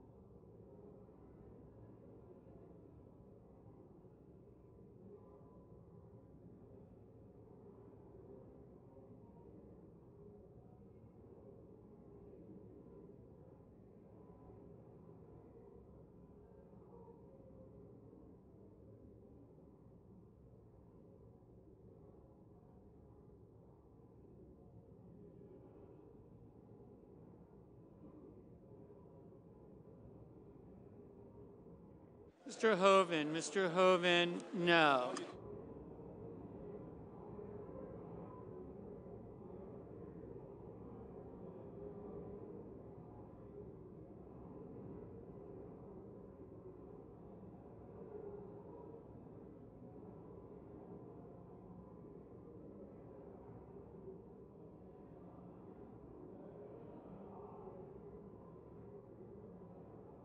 Mr. Sanders. Mr. Sanders. Aye. Ms. Warren. Ms. Warren. Aye. Mr. Scott. Mr. Scott of South Carolina. Aye. Mr. Tillis. Mr. Tillis. Aye. Mr. Murphy. Mr. Murphy. Aye. Mr. Cornyn. Mr. Cornyn. Aye. Mr. Rubio. Mr. Rubio. Aye.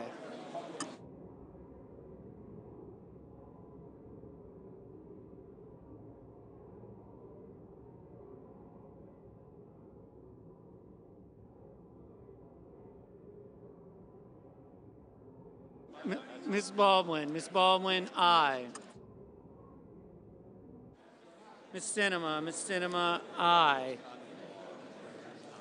Mr. Blumenthal. Mr. Blumenthal. Aye.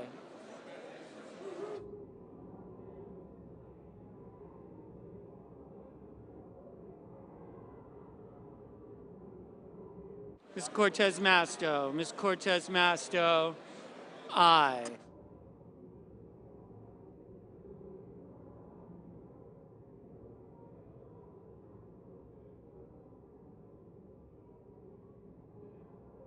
Mr. Bozeman. Mr. Bozeman. Aye.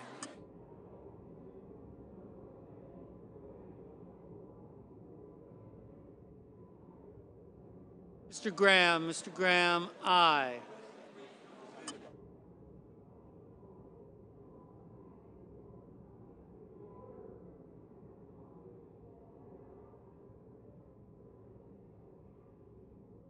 Mr. Durbin, aye.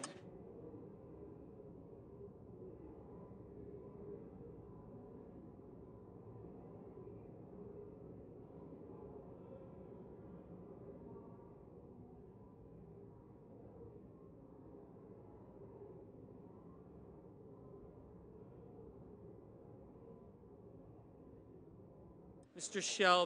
Shelby, aye.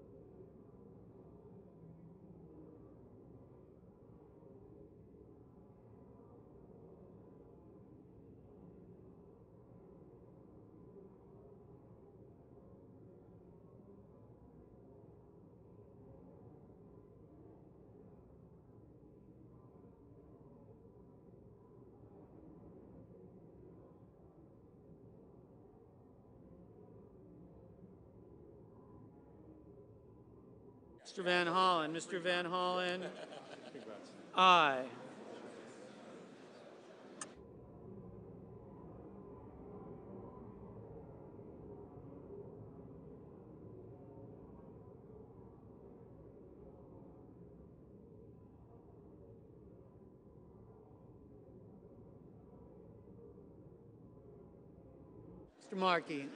Mr. Markey, aye. Mr. Schumer, aye.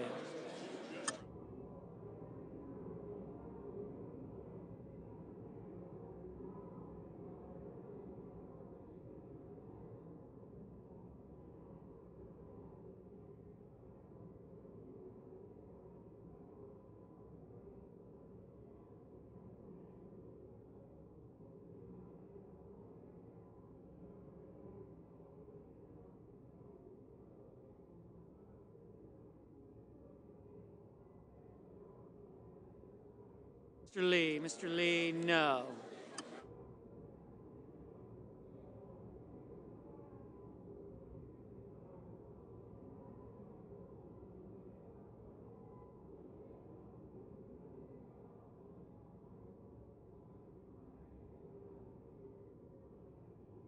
Mr. Bennett, aye.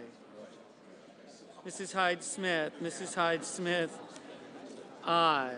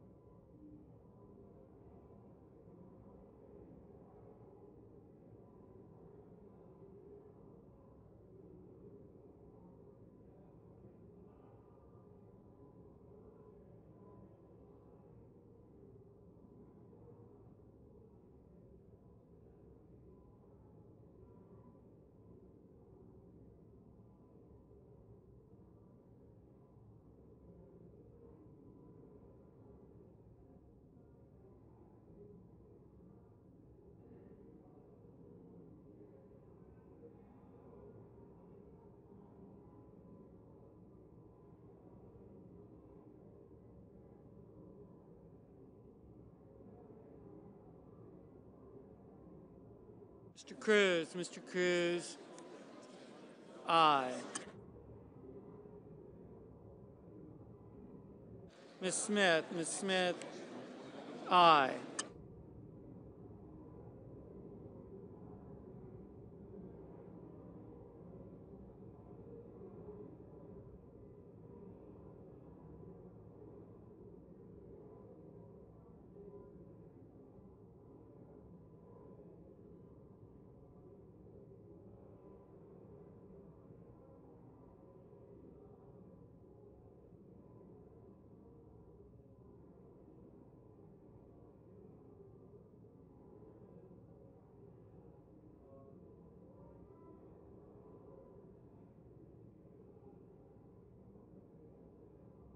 Warner. Mr. Warner, aye.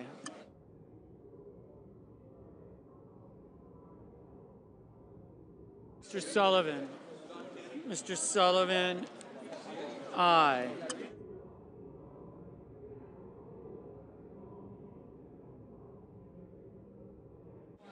Ms. Klobuchar. Ms. Klobuchar, aye. Mr. McConnell. Mr. McConnell, aye.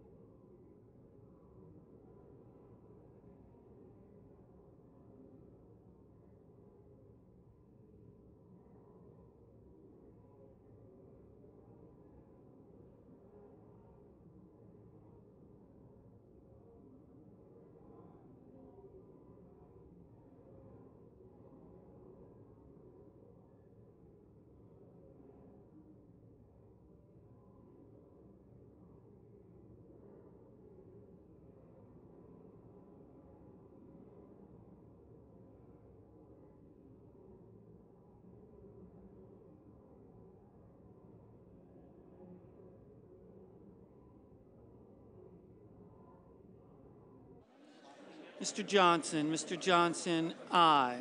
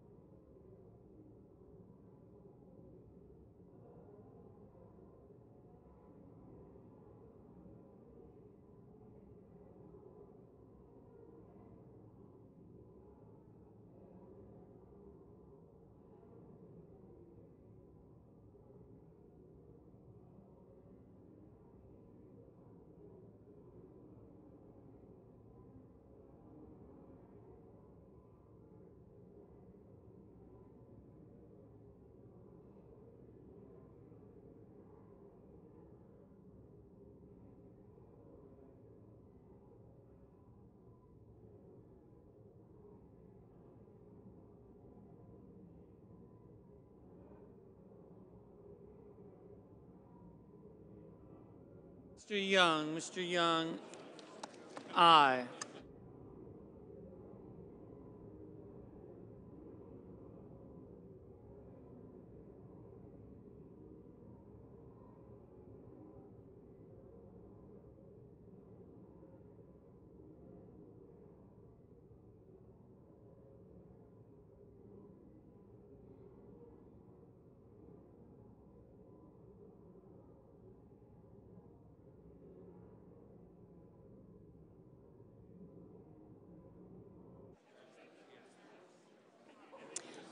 On this vote, the yeas are 88, the nays are 8. The motion is agreed to.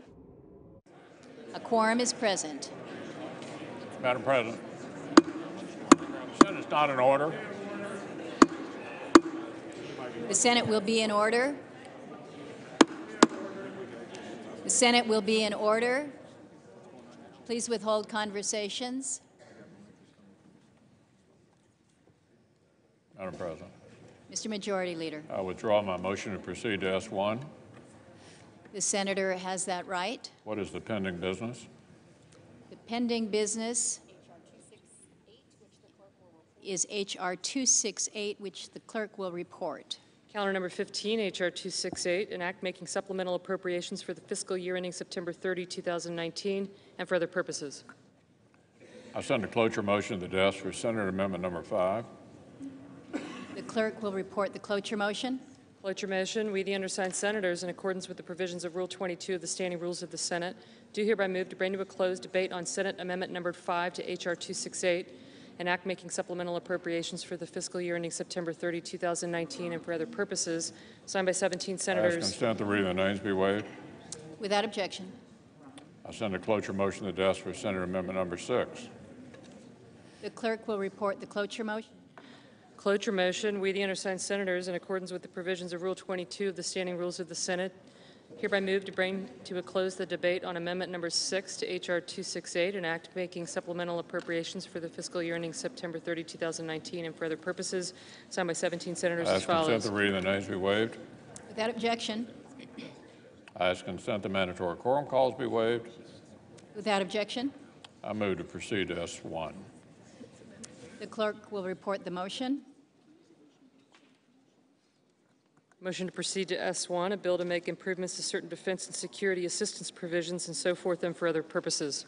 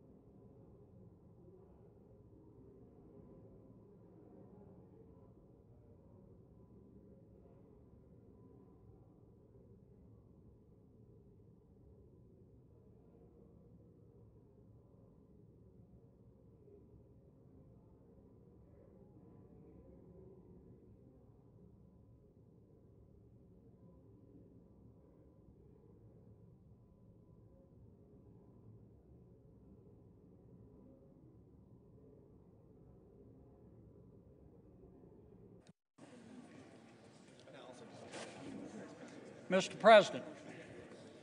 The senator from Louisiana. Madam President, I'm sorry. The Senate will be in order.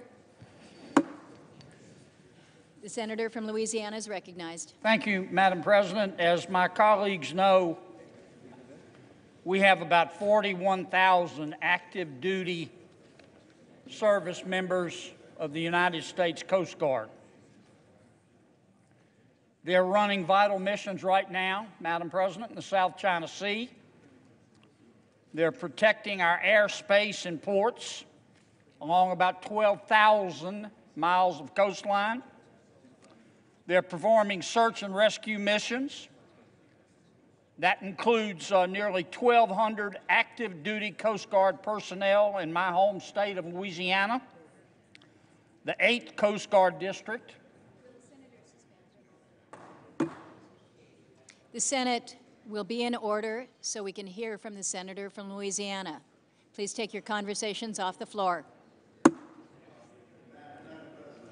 I would don't read this, reiterate read this. that the Senate is not in order, and the senator from Louisiana deserves to be heard on this important matter. The gentleman is So I would continue to make correct. that point of order.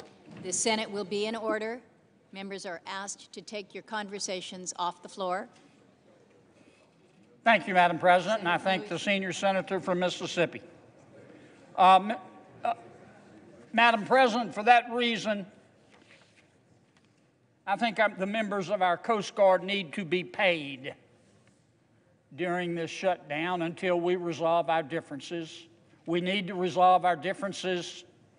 There are some good members of Congress, but right now the American people are wondering what they're good for. And it seems to me that we ought to be able to reach an agreement that secures the border, which I happen to believe can't be done without a barrier, and which also opens government. And for that reason, Madam President, I ask for unanimous consent that the Coast Guard be paid, that the Senate proceed to the immediate consideration of calendar number 6, H.J. Res. 1, that the Wicker Amendment at the desk be agreed to, that the bill as amended be considered or read a third time and passed, and the motion to reconsider be considered made and laid upon the table with no intervening action or debate. Is there objection? Madam President, Democratic leader. reserving the right to object, President Trump is responsible not only for thousands of Coast Guard personnel not getting paid, but hundreds of thousands of other federal employees also not getting paid. Last week, I met with the Coast Guard Commandant, Commandant Schultz, and I told him to press Secretary Nielsen, who could press the President, to stop holding innocent federal employees hostage in wall negotiations. Now, last month, as we all know, the Senate voted unanimously to keep the government open into February, so all federal employees get paid and the President and Congress can separately negotiate border security. Today, the Senate will again have a chance to vote on the same measure that we passed unanimously in December. I expect that those who care about getting our Coast Guard paid will support passing H.J. Res. 31, a continuing resolution for the Department of Homeland Security, and H.R. 648, which are the conference bills for FSGG, Interior Environment, Agriculture, THUD, SFOPS, and CJS. So, Mr. President, would the senator from Louisiana modify his request to include the unanimous consent that the Senate proceed to the immediate consideration of H.J. Res. 648 and H.J. Res. 31 on block, that the measure be considered read a third time and passed on block, and the motions to reconsider be made and laid upon the table with no action or debate? That will pay all federal employees who deserve to be paid. Madam President. Does the senator so modify his request? Madam President, reserving the right to object. I'm smiling because of the great admiration and respect I have for the senior senator from New York. I love to hear him talk. It is mutual. I love to hear him talk. He can talk the ears off a jackrabbit. He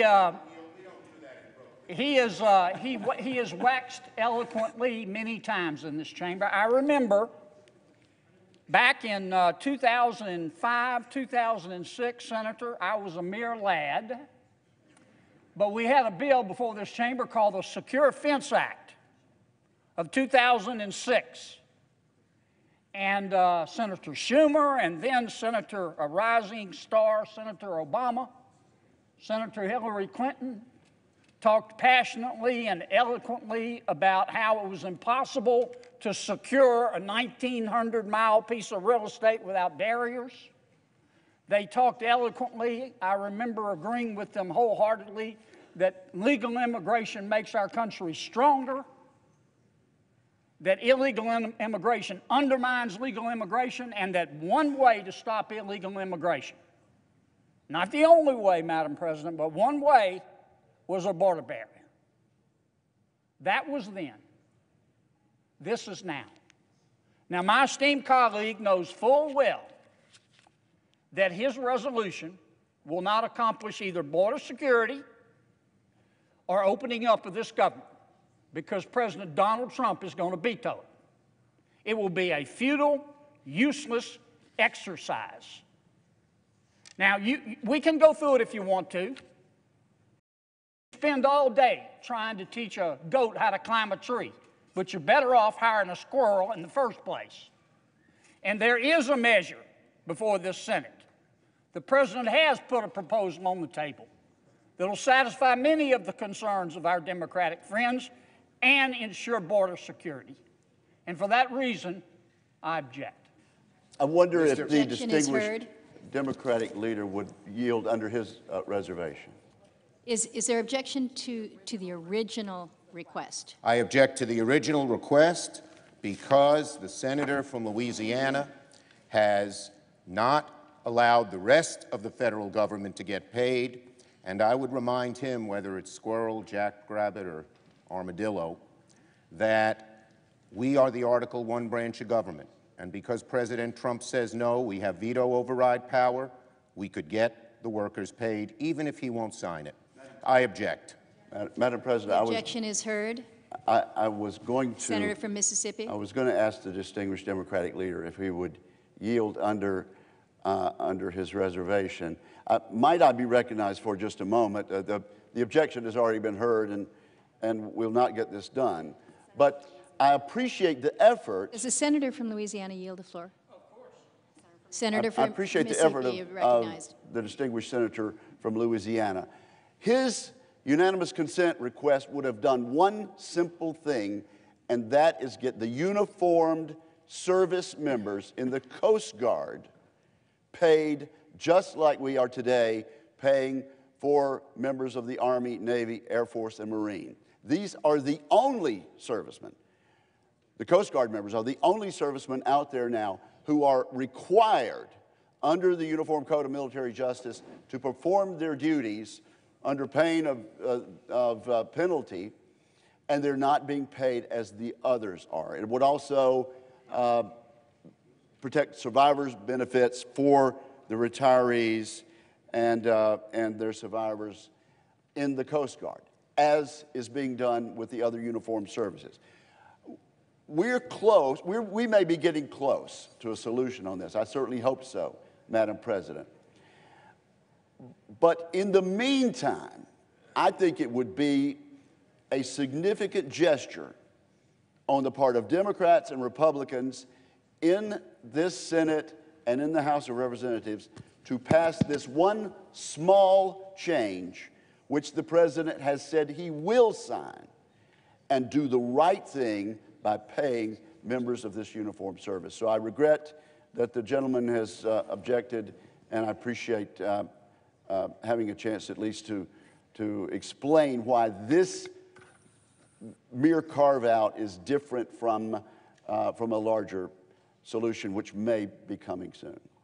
Madam Thank President, you, Madam President. I would Democratic simply leader. once again remind my dear friend from Mississippi, we could do a whole lot more good by funding and opening up the government for everyone, and we should not, because President Trump, who has claimed he wants to shut down the government for his wall 25 times, and got this chamber to reverse itself when they had originally passed funding the whole government, we could do a lot more good if my amendment to my friend from Louisiana was adopted, and that's how it is.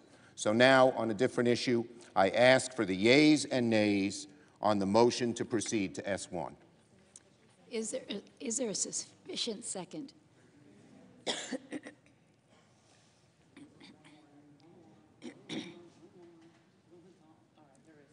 There is a sufficient second. The yeas and nays are ordered. Madam President, Madam President, I ask Senator from unanimous Mississippi. consent. Okay.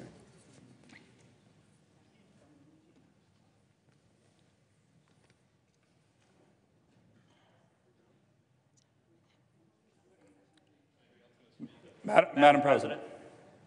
Senator from Alaska. Madam President, I just want to explain a little bit of what we witnessed here on the Senate floor. It's actually can be a little bit confusing, but it's an important issue. Here, with regard to the Coast Guard, my colleague from Louisiana and Mississippi, we've been working on this issue for a while.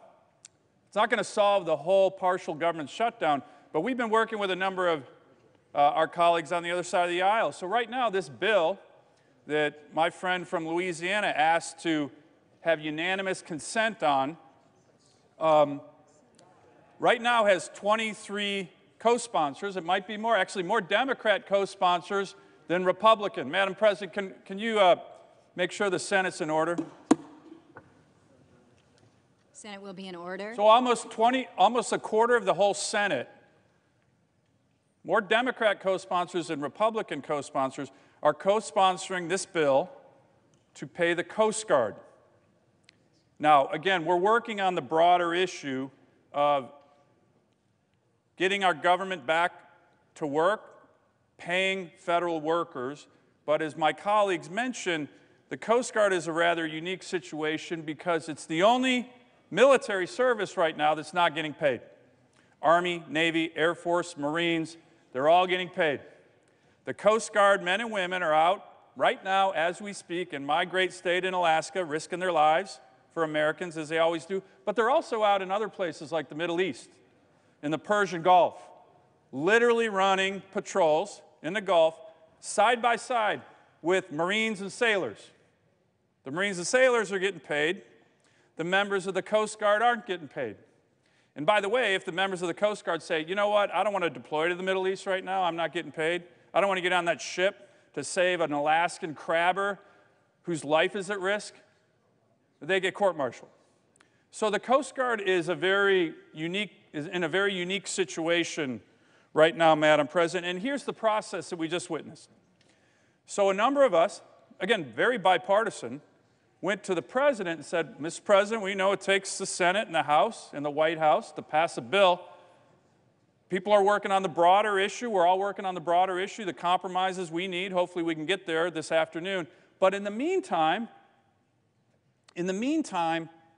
let's try to get something where we have almost a quarter of the Senate in agreement, more Democrats than Republicans, on this bill that Senator Kennedy just mentioned to pass. Would you support this? So a number of us had ongoing conversations with the President of the United States. I have raised this a number of times with him and his administration over the last 2 weeks. And in a meeting I had with him on Wednesday, he said, I'm 100% behind that bill. Okay, that's really important because some of what the minority leader said we should be bringing up, the White House said we're not going to support that. Okay, that's difficult to pass a bill when you're not going to get the President to sign it. But the President will sign this bill. And almost 25% of the Senate has said they're already co-sponsors of this bill. So what just happened, for everybody watching, particularly the Coast Guard members, when I learned that the President was supportive last Thursday, we brought up this bill to the Senate floor and we hotlined it. That meant we're trying to move it through the Senate very quickly. Every Republican cleared that hotline, essentially meaning we all voted yes. When we brought it over to our colleagues on the other side, and look, I know my colleagues care a lot about the Coast Guard, Democrats, Republicans. When we brought it over, it was stalled. So we kept asking, come on, don't you want to support this? You got a bunch of co-sponsors. The men and women of the Coast Guard are very unique right now in terms of the military not getting paid. And there was just a delay. So what Senator Kennedy did is he said, I'm going to ask for a live unanimous consent. Let's just bring it up and pass it. And pass it. The White House would sign it. We could fix this issue today. I bet most of the House would certainly vote for it. So what he did, he brought it up for unanimous consent, and the minority leader objected. Now, my colleagues on the other side of the aisle like to talk a lot about hostage taking with regard to federal employees. Well, I think they need to think a little hard about what just happened with regard to the men and women of the Coast Guard. Because right now, you heard it from the minority leader. He said he's not going to do anything for the Coast Guard, even though the president would sign it. We could fix this tonight because of the broader issue. Now, here's the point.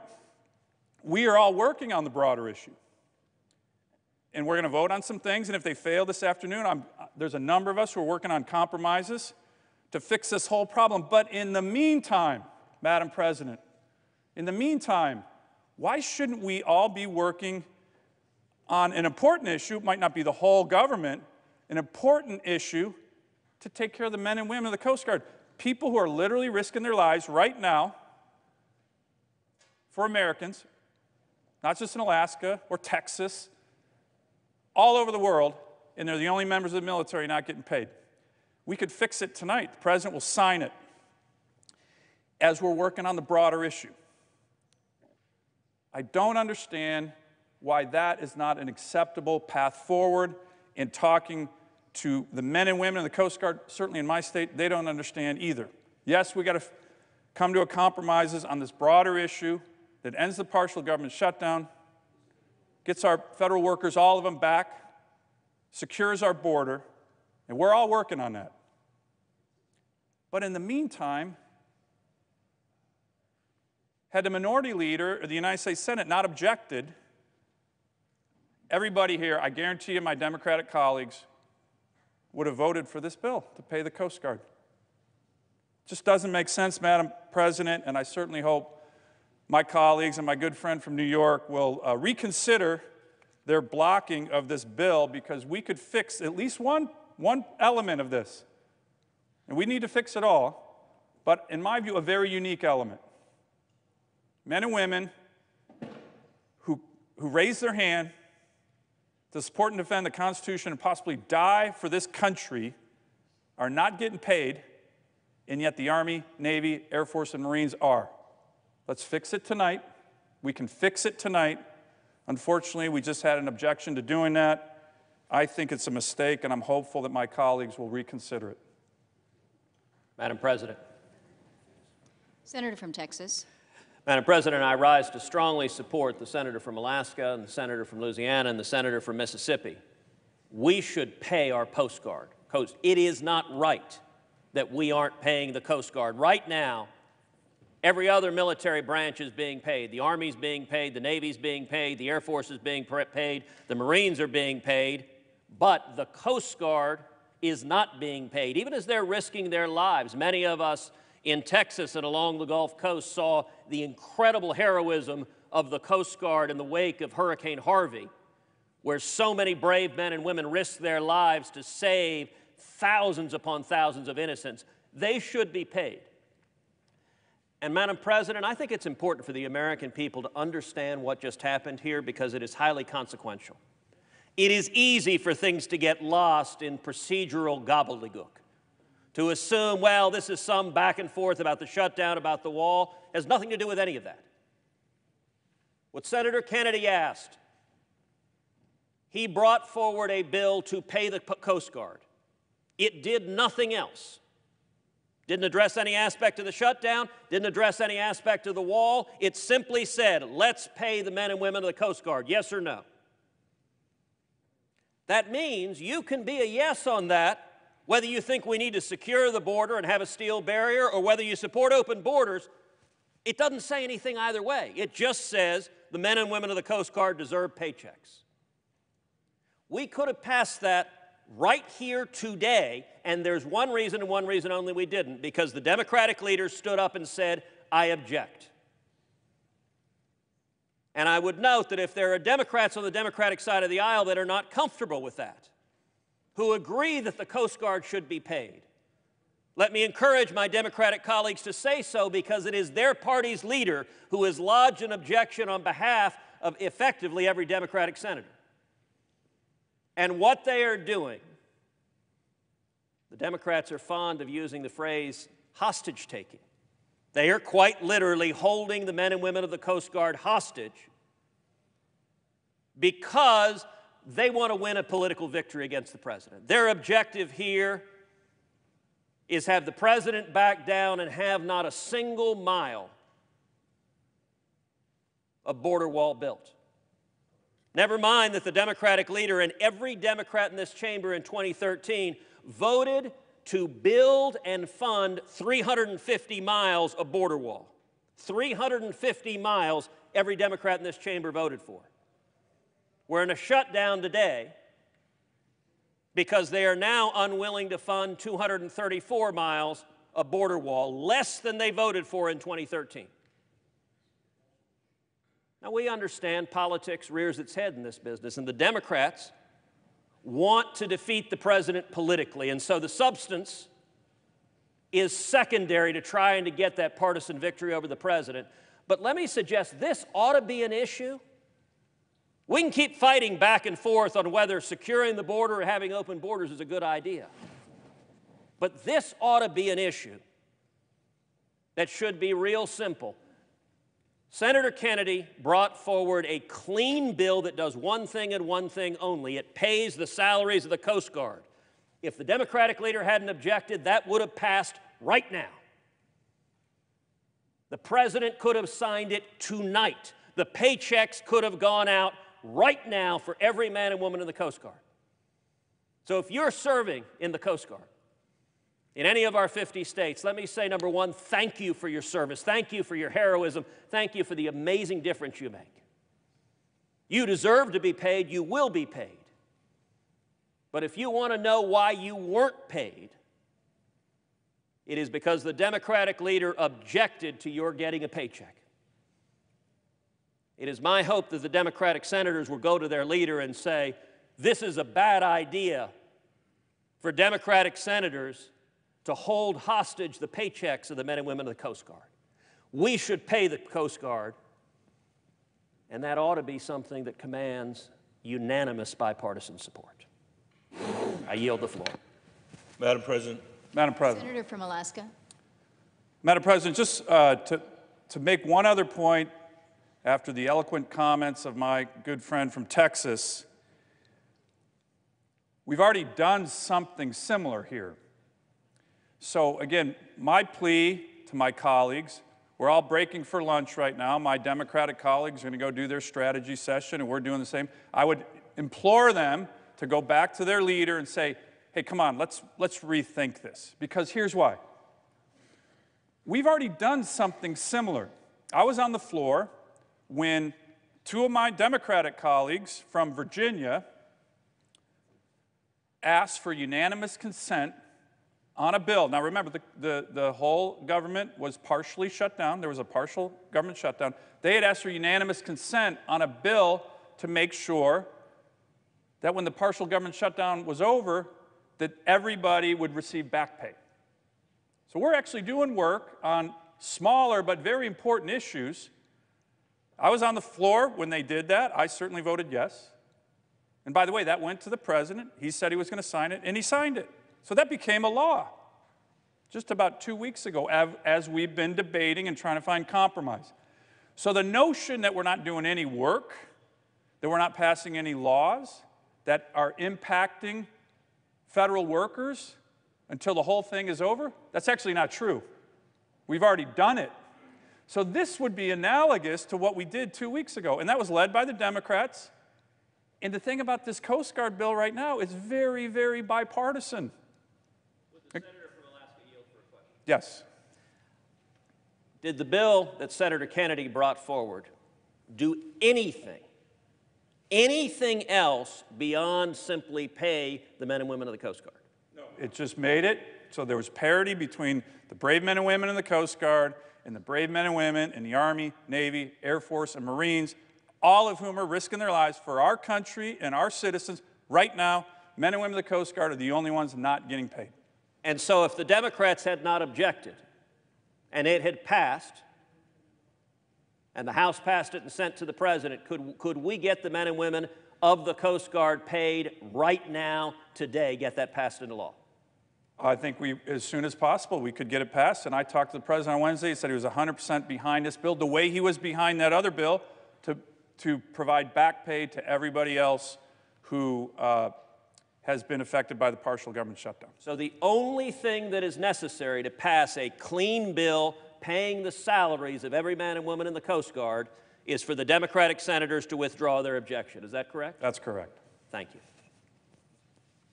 Madam President. Senator from Colorado. Madam President, I seldom, as you know, rise on this floor to contradict somebody on the other side. I've worked very hard over the years to work in a bipartisan way with the presiding officer, with my Republican colleagues, but these crocodile tears that the senator from Texas is crying for first responders are too hard for me to take.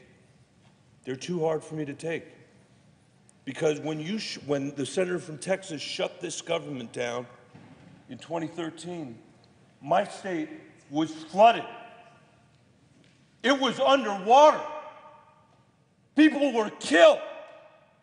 People's houses were destroyed. Their small businesses were ruined forever. And because of the senator from Texas, this government was shut down for politics. Then he surfed to a second place finish in the Iowa caucuses. But we're of no help to the first responders, to the teachers, to the students whose schools were closed with a federal government that was shut down because of the junior senator from Texas. Now, it's his business, not my business, why he supports a president who wants to erect a medieval barrier on the border of Texas, who wants to use eminent domain to build that wall, who wants to declare an unconstitutional emergency to build that wall. That's the business of the senator from Texas. I can assure you that in Colorado, if a president said he was going to use eminent domain to erect a barrier across the state of Colorado, across the Rocky Mountains of Colorado, he was going to steal the property of our farmers and ranchers to build his medieval wall, there wouldn't be an elected leader from our state that would support that idea. Which goes to my final point, how ludicrous it is that this government is shut down over a promise the President of the United States couldn't keep. And that America is not interested in having him keep. This idea that he was going to build a medieval wall across the southern border of Texas, take it from the farmers and ranchers that were there, and have the Mexicans pay for it, isn't true. That's why we're here. Because he's now saying the taxpayers have to pay for it. That's not what he said during his campaign. Over and over and over and over again, he said Mexico would pay for the wall. Over and over again. That was that. I was going to talk about what he said about the junior senator's father, but I'm going to let that alone. It was after that. And now we're here with the government shutdown over his broken promise while the Chinese are landing spacecraft on the dark side of the moon. That's what they're doing.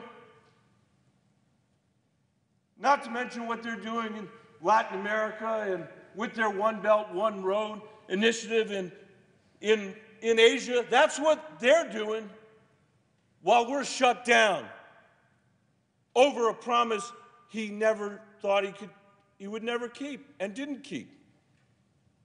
And finally, this idea that, I'm sorry to say, my colleague from Texas, and I respect him, and he's obviously a very intelligent person, but this idea that Democrats are for open borders is gibberish. And it is proven by what the senator from Louisiana said, which is that time after time, we have supported real border security. Not a wall that the Mexico pays for, that gets you attentions at campaign rallies from some people in America, and it gets talked about on, Fox News at night. In 2013, Senator from Texas didn't support it. I did. In 2013, we passed a bill here in a bipartisan way. It got 68 votes. It had $46 billion in border security in it. 46! Not $5 billion for his rinky-dink wall he's talking about building. $46 billion of border security. It had, to be precise about it, 350 miles of what the president now refers to as steel slats. By the way, America, do you hear him not calling it a wall anymore? Now it's steel slats. Now it's a border barrier. 350 miles of so-called steel slats was in that bill. You know what else was in that bill? I think, Madam President, I believe you voted for that bill. I'll tell you what else was in that bill. We doubled the number of border security agents on that border. They could practically hold hands on the border. There were so many border security agents in that bill. We had billions of dollars of drone technology so that we could learn from what we've learned in Afghanistan and other places and see every single inch of that border. Every inch.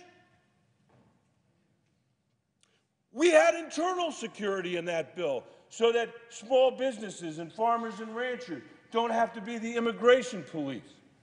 So that finally in America, we can actually know who came here legally on a visa but overstayed their visa, because 40% of the people in this country that are undocumented are here who came legally and overstayed. We still can't do that in America because that bill passed the Senate, but it couldn't get a vote in the House because of the stupidest rule ever created called the Hastert Rule, named after somebody who's in prison. That has allowed a minority of tyrants in the Congress to bring a Democratic president low, President Obama, who they didn't let do anything, and to ruin the speakership of John Boehner, and to allow Paul Ryan to almost accomplish nothing while he was Speaker except leaving this place in a government shutdown. The so-called Freedom Caucus. And the so-called Freedom Caucus has had a veto around this place for 10 years, Madam President. Completely distorted the Republican Party here. If I do say so myself, that may sound presumptuous, but I know a lot of Republicans in Colorado who don't agree with almost anything or anything that the Freedom Caucus has stood for. Yet they have had a veto on good bipartisan legislation passed by the United States Senate. So I'm not going to stand here and take it from somebody who shut the government down while my state was flooded, or from a president who's saying he wants $5 billion to build some antiquated medieval wall that he said Mexico would pay for, when I helped write and voted for a bill that actually would have secured the border of the United States of America.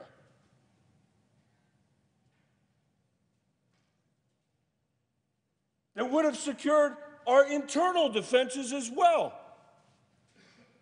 This is a joke.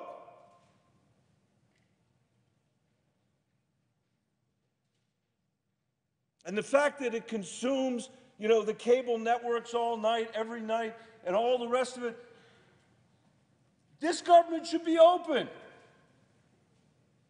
We can debate whatever it is we want to debate.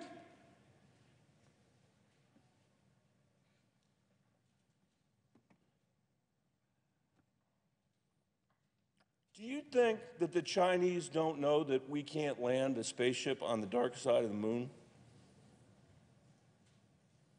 Do you think the Russians don't know that for the first time since John Glenn was sent up to orbit this planet, America cannot put a person into space without asking the Russians to do it? Do you think the rest of the world doesn't know that we're not investing in our infrastructure? That we're not investing in the young generation of Americans? That we're willing to lose the race for artificial intelligence to the Chinese?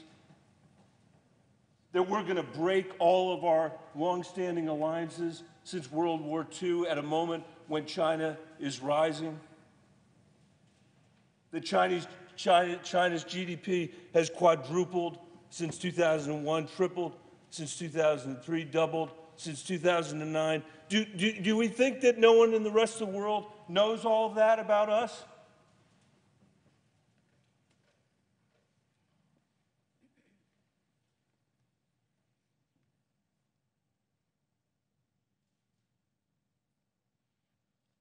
We should reopen this government, Madam President, today. We should open it today. And then what I hope much more than that is that we actually come together to figure out how we're going to govern this country again and stop playing petty partisan politics that are going to do nothing to educate the next generation of Americans, that are going to do nothing to fix the fiscal condition of this country. For 10 years, Madam President, I've heard the junior senator from Texas, I've heard the Freedom Caucus in the House of Representatives talk about how important it is to get the fiscal condition of our government fixed. In fact, that's been the pretext for shutdowns and for fiscal cliffs and for all this stuff that does nothing but denigrate our democratic republic. And now, Madam President, for the first time almost in history, it happened once before during the Vietnam War, for the first time almost in history, we are actually having our deficit shooting through the roof while unemployment is falling. Never happened before. And these are the people who called Barack Obama a Bolshevik and a socialist, and at the depths of the recession when we had a 10% unemployment rate, didn't lift a finger to do anything. They have now given us a fiscal condition where our deficit is going up while our unemployment rate is falling. Do you know how hard, Madam President, it is to accomplish that? Do you know how irresponsible you would have to be to accomplish that? Yet, that's what's been accomplished. When I was first here, it was actually a little after I was first here, I used to walk through Denver International Airport, which we're very proud of in Colorado. By the way, it is the most recent airport that's been constructed in America. While we've been closed, other airports around the world, new airports, have been opened. Just while we've been closed. So Denver International Airport is the most recent airport in the country to be opened. It was opened 25 years ago, a quarter of a century ago. And during moments like when the senator from Texas shut the government down while Colorado was underneath floods and people had lost all the things that I talked about earlier, their houses, their jobs, and their lives, I used to want to walk through that airport with a paper bag over my head because I was so embarrassed to be part of this. And I often wondered,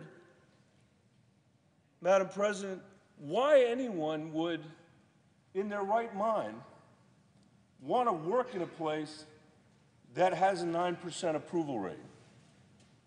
In fact, I brought out a chart, two charts one day to the floor, one that showed that we hadn't always had the 9% approval rating, to remind people how far we had fallen in the public's estimation over the time that the senator from Texas and I have been here. And then I brought another chart out that looked at who else has a 9% approval rating. And I can't remember all of it. It's sort of been lost in the mist of time, but I do remember that the IRS had a 40% approval rating. There was an actress who had a 13% approval rating. More people wanted America to be a communist country, 11%, than approved of this country. And Fidel Castro had a 5% approval rating, which was lower than our 9% approval rating. He was the only one who had a lower rating than that. And so my question often was, why would anybody want to work in a place that has such a low approval rating? And why would they want to behave in a way that only made matters worse? And I'm sorry to say this, Madam President, but there is an answer. If you think you have been sent here to dismantle the federal government, which I have lots of problems with, this federal government, I don't think it does a lot of things very well. And as a Westerner, I certainly believe we need to not be in the business of defending bad government. We need to be improving the government. But if you think your job is to dismantle it, as the Freedom Caucus does, in my view, then a 9% approval rating suits you just fine, because you get to go home and say, see how terrible all those guys are? See what idiots all those guys are? While you're taking your pay, while the federal workers are not getting paid, while you're keeping your job, while they're losing their job. And there has been an effort, not just to dismantle the federal government, but to separate it from the American people.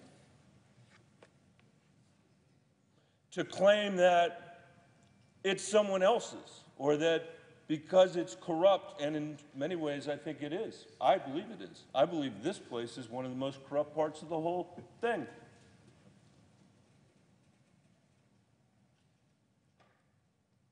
But because it's corrupt, or because it can't get its act together, or because it's too far away from the people, or because, I would say, because it's populated by a bunch of self-interested politicians who don't care about the priorities of the American people. But whatever the reason is, it's not separate. It is not separate. And the reason that's important is that we live in a democratic republic.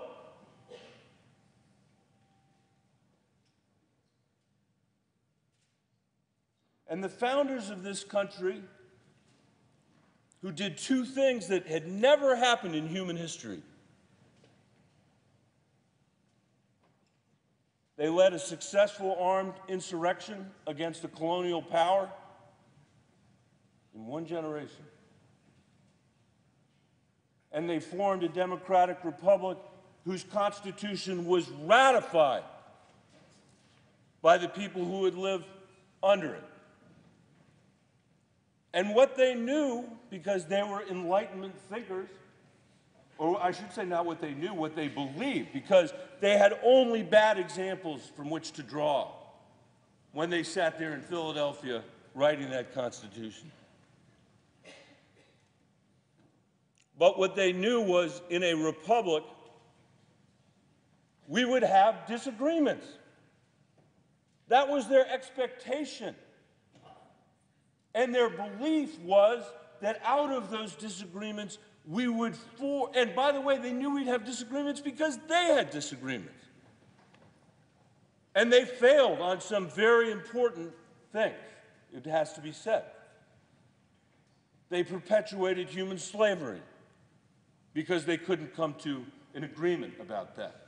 And other people who I think of as founders just as important, just as significant as those founders, ended the enslavement of human beings in America and did other important things, like make sure my daughters had the right to vote. Those people also are founders. But what they believed at their core was that through our disagreements, we would forge more imaginative and more durable solutions than any king or tyrant could come up with on their own. That was their belief. That was their expectation. And I would say our country, in many ways, has eclipsed any expectation they ever had of what America would become. For the moment, we're the richest country in the world. We have the greatest capacity for self-defense of any human population in the history of the world. We are far more democratic and far more free with all of our imperfections than they would have ever imagined, and probably than most of them would have ever wanted. We are the longest lived democracy in human history.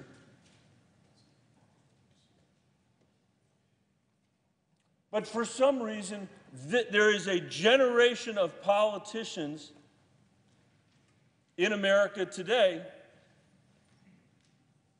who don't think it's necessary to live up to the standard that they set, and that the standard lots of other people have set from the founding of our country 230 years ago until today. I don't even know what day it is anymore of this record-long shutdown. But the pretext for it is an invention. It's a creation of something in the president's mind. It was something we've learned from reading the press. There was a mnemonic device used during the campaign to remind him to talk about immigration in an effort to divide Americans from one another, instead of in an effort to bring us together. In an effort to turn what just 3 years ago was a bipartisan issue in the Senate, securing our southern border with $46 billion, into a cudgel to be wielded at campaign rallies. And in any case,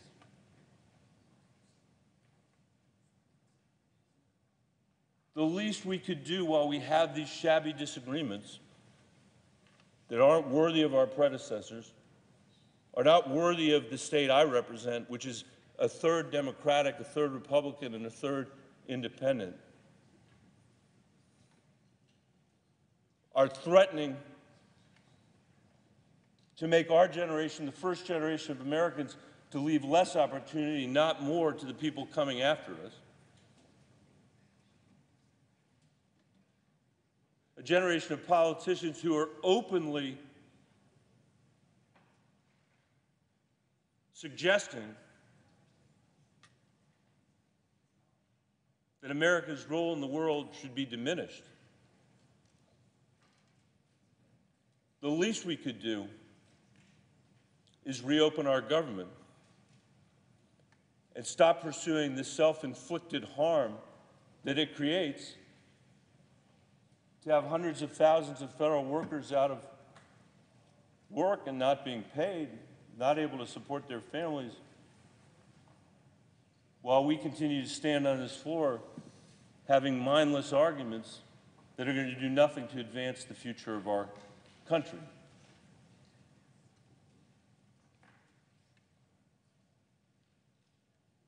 We shouldn't shut the government down, as it has been in this case, for a campaign promise that the president, I'm sure, knew he could never keep. With that, Madam President, I yield the floor. Madam President. Senator from Texas. Madam President, there's an old saying among Texas trial lawyers. If you have the facts, you bang the facts. If you have the law, you bang the law. If you don't have either one, you bang the table. We've seen a whole lot of table banging right here on this floor. The senator from Colorado spent a great deal of time yelling, spent a great deal of time attacking me personally. He did at one point briefly rise to defense of my father. I appreciate that gesture. But he spent a lot of time yelling. I will say, in my time in the Senate, I don't believe I have ever bellowed or yelled at one of my colleagues on the Senate floor, and I hope that in my time before me that I don't ever do that. I think we should discuss issues and substance and facts and not simply scream and yell at each other. So let's go over some of the facts. In the senator from Colorado's angry speech, he did not dispute, number one, that he and every other Senate Democrat in 2013 voted for 350 miles of border wall. That's a fact. He has voted for 350 miles of border wall, as did every other Democrat in this chamber at that time. Number two, he did not dispute that in December of last year, the then Republican House of Representatives voted to fund the government, to fund the entirety of the government, and to secure the border. And the senator from Colorado, and I believe every other Democrat, filibustered that bill and caused the shutdown. Madam President, I voted to take up that bill. You voted to take up that bill. Had we taken up the bill, had we simply passed the bill the House of Representatives had passed, funding the government and securing the border, the government would never have shut down. And so it takes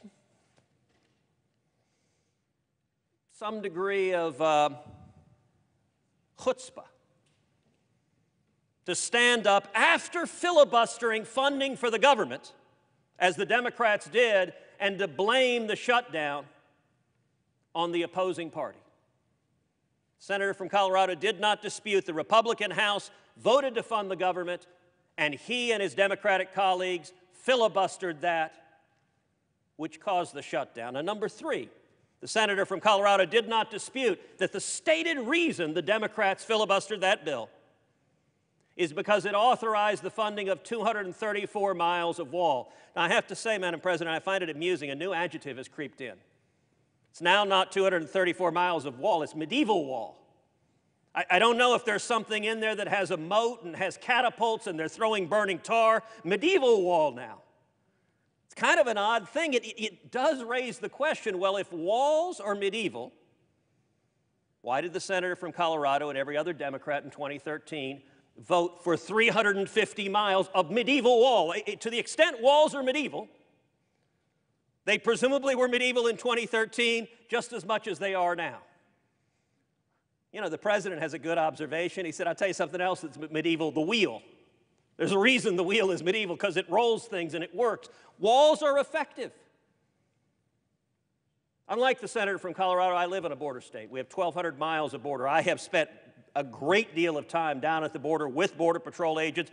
We have miles and miles of wall right now that are working. I've been to those walls, not once, not twice, but over and over and over again. One of the rich things about this chamber is senators from states nowhere near the border presume to lecture border states about what it's like on the border and what works securing the border. Walls are effective, and I'll tell you, every single Border Patrol agent I've asked that. And I have asked dozens, probably hundreds of Border Patrol agents. Are walls effective? Unquestionably, they say yes. Now, let's not construct a straw man. Walls aren't the only thing. You need technology.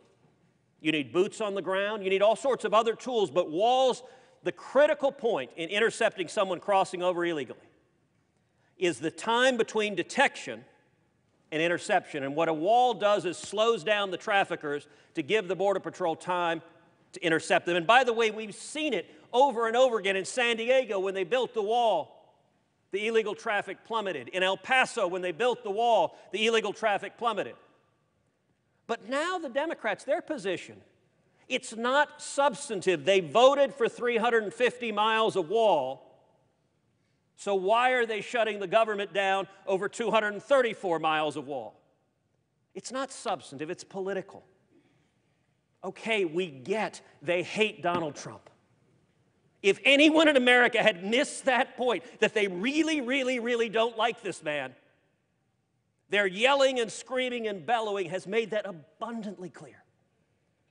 But just because you hate somebody doesn't mean you should shut the government down.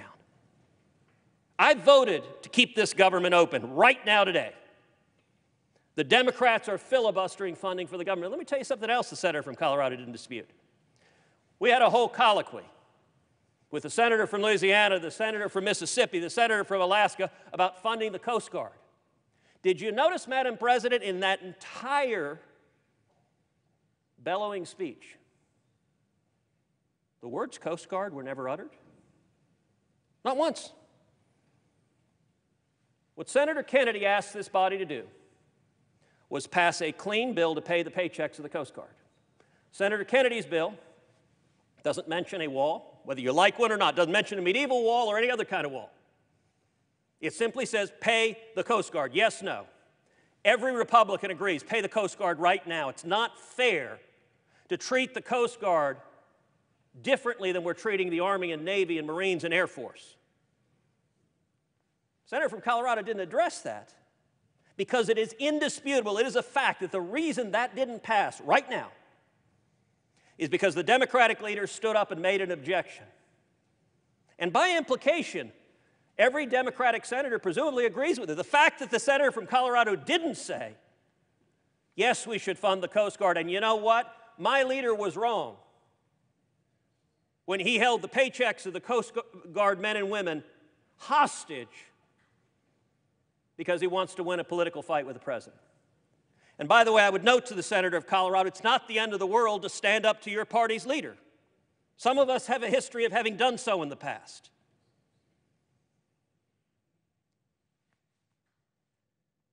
We're now in the longest government shutdown in history. This shutdown needs to end. The American people want it to end. But we also need to secure the border. And Madam President, I have to say the contrast between the two parties could not be clearer. The president has repeatedly said he wants to negotiate and he wants to compromise. He said he's willing to meet in the middle.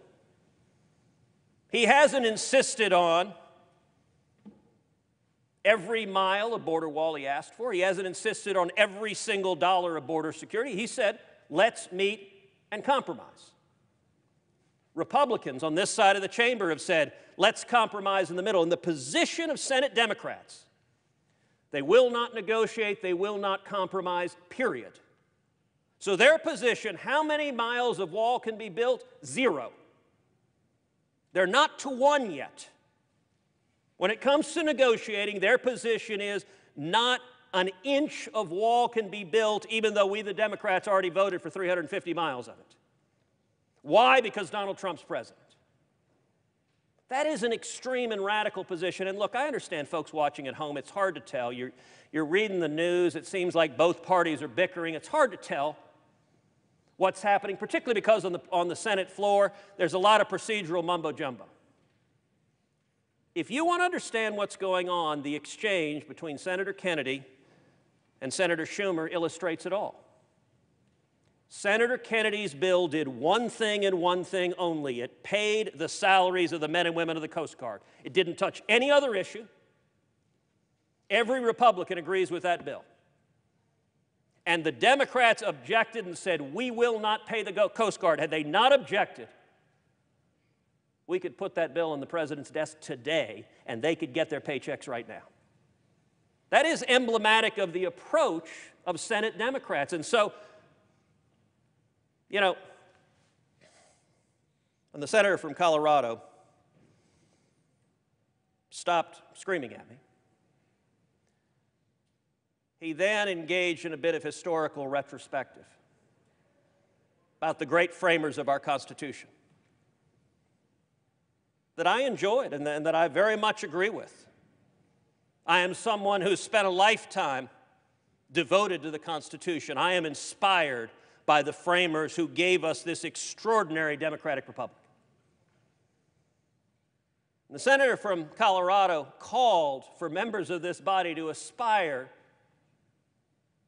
to be more like this men and women that gave us this country, gave us this republic if you can keep it, as Benjamin Franklin put it.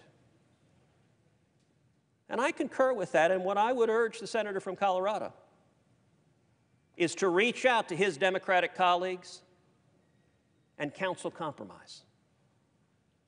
I am urging my colleagues on this side to do the same, and the difference is the Republicans are willing to compromise, have offered to compromise, and in fact, just now sought to pay the Coast Guard, and the Democratic position is no, no, no, we object.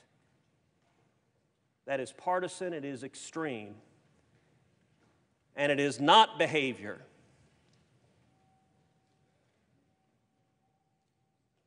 that would bring pride to the framers of our Constitution. I hope that this body can do better. I yield the floor. President. Senator from Colorado. I thank the Senator for Texas for having this conversation. I don't think I was yelling, but I'll go watch the tape or screaming at you. I also have never called anybody on this floor a liar, as you did somebody in 2015 on this floor. And I get the theatrics of all of this. But I guess I want to say two things. One, I appreciate the fact that you, at least, seem to be accepting the fact that every Democrat who is here on that immigration bill in 2013 voted for it, voted for the 350 miles of wall that you're talking about. You didn't vote for that bill, or the senator from Texas didn't vote for that bill, and I assume you had your reasons.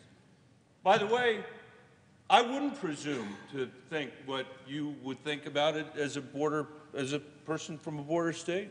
I say it's not far from the border, and we see the effects, for ill and for good, of immigration in my state. But I do know this: there were two senators from a border state, the border state of Arizona, who were on that Gang of Eight bill, with whom I sat day after day after day negotiating the provisions for months. And they didn't have to just vote for that bill, or against it, but they had to go home to Arizona, John McCain and Jeff Flake did, and explain why they supported it and why it was the right thing to do for Arizona, which, as the senator from Texas knows, is a border state.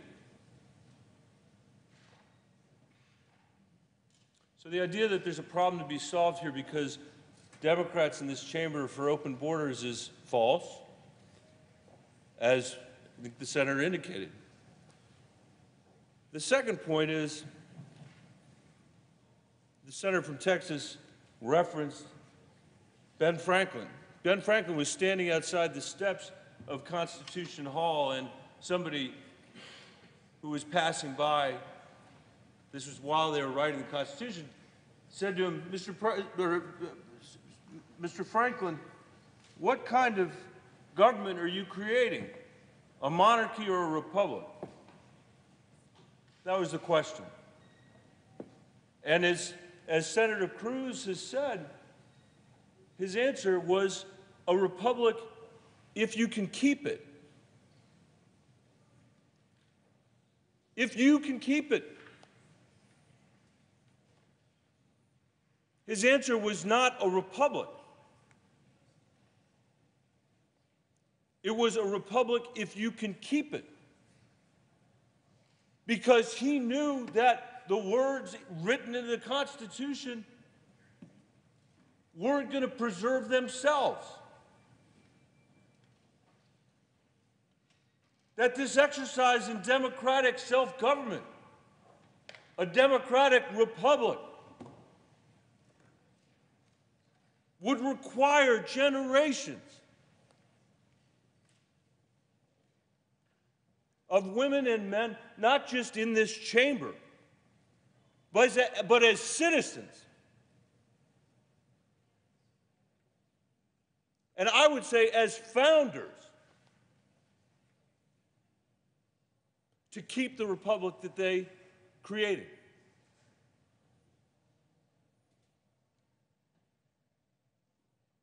And that is what is at stake here. That is what is at stake when the government has been shut down for politics, when we have a president who doesn't believe in the rule of law, who attacks judges whose decisions he disagrees with, who attacks the free press, who have that freedom because of the Constitution and the Bill of Rights.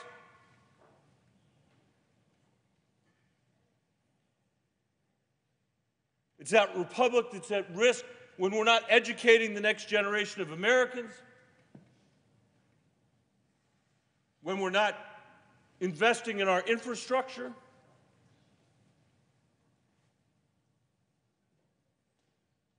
When we have the unbelievable and unprecedented fiscal hypocrisy that has resulted in a ballooning deficit while the unemployment rate is going down. It's a farce. It is a farce.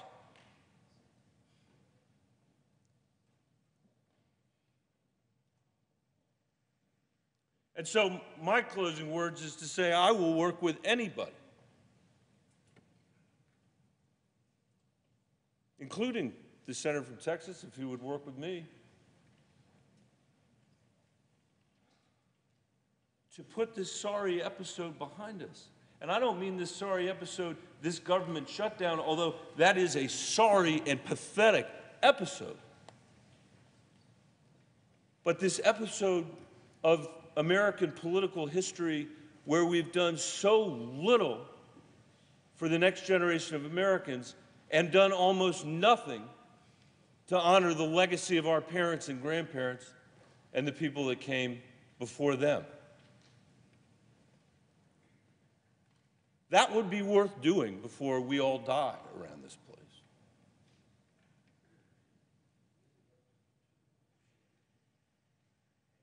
With that, Madam President, I yield the floor.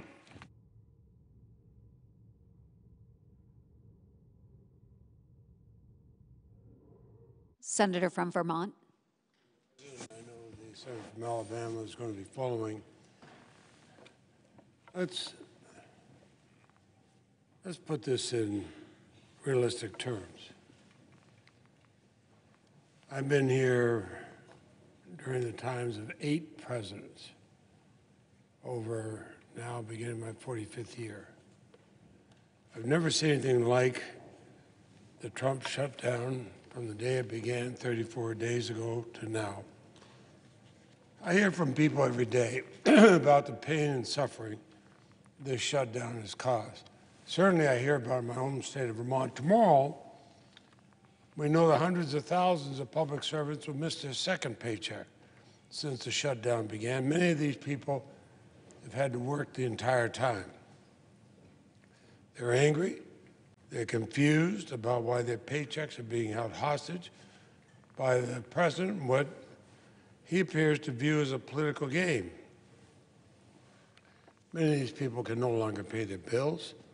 They're worried about what tomorrow will bring, and all of us should worry. We know that our basic government services are no longer functioning. Our federal courts run out of money by the end of this month. Important scientific research has been put on hold. Think of what it'll cost to turn it back on. The fishing industry is in turmoil because they can't get the federal permits or inspections required to take out their boats.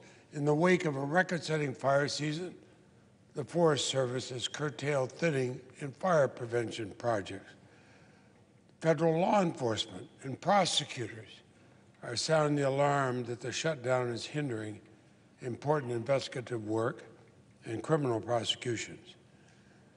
Transportation Security Administration, TSA, employees are calling in sick in record numbers after a month of being on the job with no paycheck. Some even saying they can't pay for the gas to get to their job. These are the people charged with detecting dangerous threats at our nation's airports. Instead, they're stressed and frustrated. Everybody knows that's not a very good combination. Long lines are forming at airports. The lack of TSA employees have forced some major airports to close screening areas, causing further delays. Now, I could go on and on, but we know the Trump shutdown is hurting our nation and our citizens. I'm going to tell you, overseas, it makes the United States of America look weak and foolish. This great country is made to look weak and foolish by the Trump shutdown. But we can end it right now, today. For the sake of the country, we should. The McConnell Amendment, the so-called End the Shutdown, Reopen the Government Act, we all know it's a non-starter. I came to the floor yesterday. I detailed why. I'm not going to repeat that here today. But it's a height of irresponsibility to use the pain and suffering of the American people as leverage to force the U.S. taxpayers to fund the president's bumper sticker campaign slogan, Southern Border Wall, or his solemn promise that Mexico would pay for it, or to enact his hardline anti-immigrant agenda.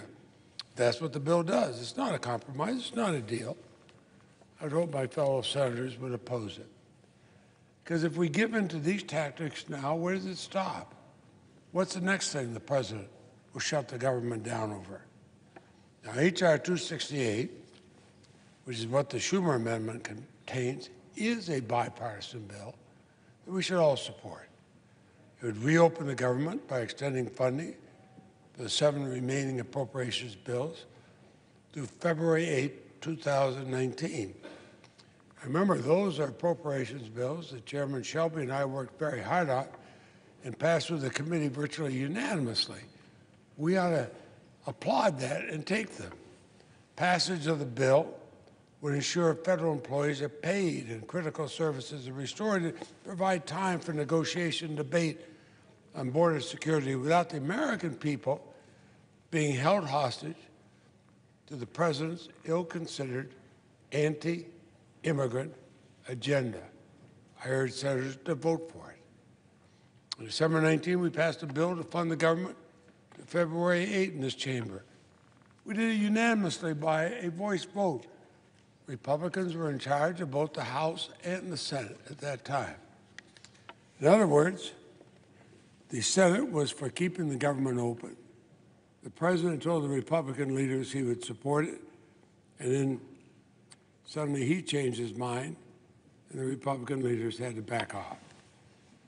Now, H.R. 268 also provides $14 billion in assistance to help communities and families impacted by natural disasters recover and rebuild, and provide assistance to the victims of Hurricane Michael in Florence, the California wildfires, volcanic eruption in Hawaii, recent typhoons in the Pacific, other natural disasters.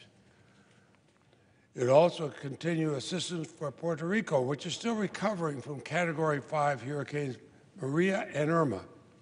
But the McConnell Amendment contains a disaster package nearly identical to H.R. 268, but to appease the president, it eliminates all disaster assistance for Puerto Rico. Puerto Rico is a part of America. I know the president referred to it as an island surrounded by water, as though that's the only island that's surrounded by water. But the McConnell Amendment eliminates $1.3 billion in funding for clean and safe water, drinking grants, community redevelopment funds, and nutrition assistance that would help the Americans in Puerto Rico continue their recovery. Hurricane Maria and Irma devastated Puerto Rico. It destroyed the island's homes and infrastructure. It caused the deaths of an estimated 2,975 Americans. It was one of the deadliest hurricanes this country's ever seen. Now, Congress has provided Puerto Rico with assistance in past disaster bills, but there's still unaddressed needs that have to be met. Absent supplemental assistance, it's estimated that 140,000 Puerto Ricans, and I reemphasize they are all U.S. citizens, are going to lose nutrition assistance at the end of March. This, in the United States of America, is it any wonder the rest of the world looks at us and says, what are you doing? We're supposed to take care of all our citizens when there's a crisis, not pick and choose based on who we are or who we're aligned with politically, just as I've voted for disaster aid in states represented by Republicans. Republicans have voted for disaster aid in my state when it's been represented by Democrats. But the president's disregard for the victims of Hurricane Maria is shameful. So I would urge Senators to vote aye on the Schumer amendment. It provides much-needed assistance to disaster-affected communities. It would immediately allow us to send a bill to the President to reopen the government. It's gone on long enough. The President and people in his cabinet are billionaires may not care about the harm he's inflicting on this country. But I know the members of this body, both Republicans and Democrats, do. We know what it means to govern and to lead. We have a responsibility to do it now. Senator Shelby, whom I admire, is a friend of mine. He and I worked together last year in a bipartisan way. We got the appropriations process back on track. We showed this is the way to get things done, but then the President decided to take us off course. The Senate's an independent, co-equal branch of government. We should act like it. Let's end this national nightmare. Let's vote to open the government now for our fellow Americans. Let's do it now, today. And I yield.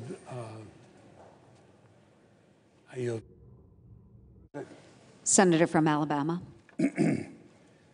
Madam President, just a few months ago, we stood here on the Senate floor celebrating the progress that we had made together in the appropriations process that Senator Leahy had just alluded to. We're all tired of lurching, I believe, from crisis to crisis amid partisan bickering.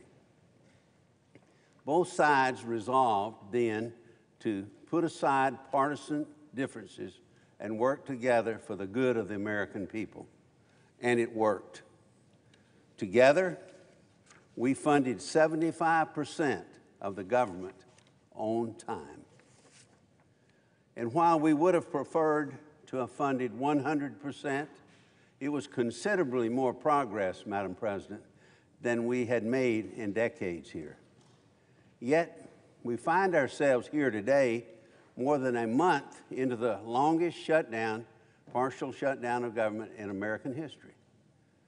It's enough, I think, to give you whiplash. Funding the remaining 25% of government is the task before us here today. Homeland security, border security, that's the linchpin. We know that. Are our differences really as insurmountable as they seem? They should not be, and I want to discuss why not. Last May, the Appropriations Committee considered the fiscal year 2019 Homeland Security bill. That bill included money for a physical barrier at the southern border. In fact, it included an increase in funding over the 2018 level for a physical barrier. Our Democratic colleagues made no attempt to strike this funding, just as Republicans made no effort to strike funding for Democratic priorities in the bill. And the bill passed with overwhelming bipartisan support in the committee, a vote of 26-5. There were no fireworks or histrionics in the hearing room that day. There was no demand to delay the Homeland Security bill until the rest of the federal government was funded. Rather, Madam President, the committee simply decided together on a bipartisan basis to increase funding for a project that Congress funded the previous year. The fireworks and demands for delayed consideration came later. Madam President, it boggles our minds at times how we return so quickly to a standoff mode, to a zero-sum mentality after making so much progress together. It's particularly perplexing to me, considering bipartisan support is exactly what underpinned the very thing that now divides us so bitterly. Just a few months ago, funding for a physical barrier in the southern border was part of a bipartisan deal, and now we cannot even really discuss it. That was then, I understand that. But where do we go from here? Who is offering real solutions, comprehensive solutions to end this impasse? The President, for his part, has proposed a serious and I think a reasonable compromise, a comprehensive solution. I commend him for that. He's doing what the American people expect, I think, showing a willingness to work together to find common ground. I encourage my Democratic colleagues to reciprocate here. We have in the past. If this proposal today is unacceptable, I ask my colleagues on the other side to put something on the table that could help move us off the dime. Work with us. Propose a comprehensive solution to get us moving in the right direction. But simply saying no, demanding that we deal with border security later, it's not going to cut it today. It will not now, so forth. So what do we do about solving our crisis? And this is a real crisis. If not now, when? When will be the time to secure the border? What good will more time, more talking do? The American people have been promised that border security will come later since the Simpson-Mazzoli amnesty in 1986. And as I look at where we are today, still waiting, still talking. The drug smuggling, the human trafficking, the chaos, it's a real crisis. We know what must be done. It's a question, what will be done? I say this afternoon in the Senate, let's come together. Let's put the bitterness behind us and do what is right for the American people and end the shutdown and secure the border. Madam President, the real question before us today is this the beginning of the end, or is it just the end of the beginning? We shall find out. From Vermont. The clerk will call the roll. Mr. Alexander.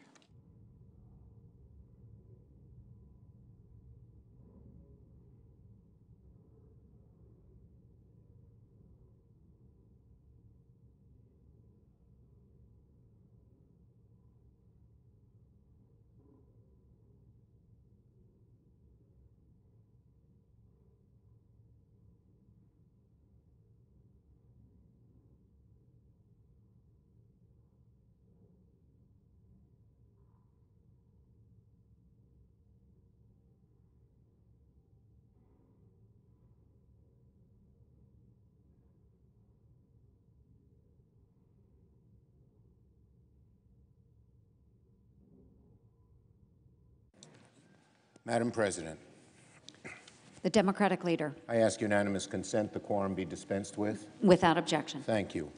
Now, Madam President, excuse me, in a moment, the Senate will proceed to two amendments, one on the President's proposal and one on a two-week continuing resolution that opens up the government with disaster assistance. Let me be clear, the two votes are not alike. The President's proposal makes radical changes to our asylum laws and demands that American taxpayers fund a border wall in exchange for reopening the government. The second vote demands nothing, no partisan demands, no ransom. It reopens the government for 2 weeks and provides long overdue disaster aid. And then it leaves room for us to debate how to best secure our border. Now, my Republican friends can fall in line behind the President if they choose, but it does not have the support of the House or the Senate. Contrary to what the Republican leader says, he says there's only one bill that will become law. Not so.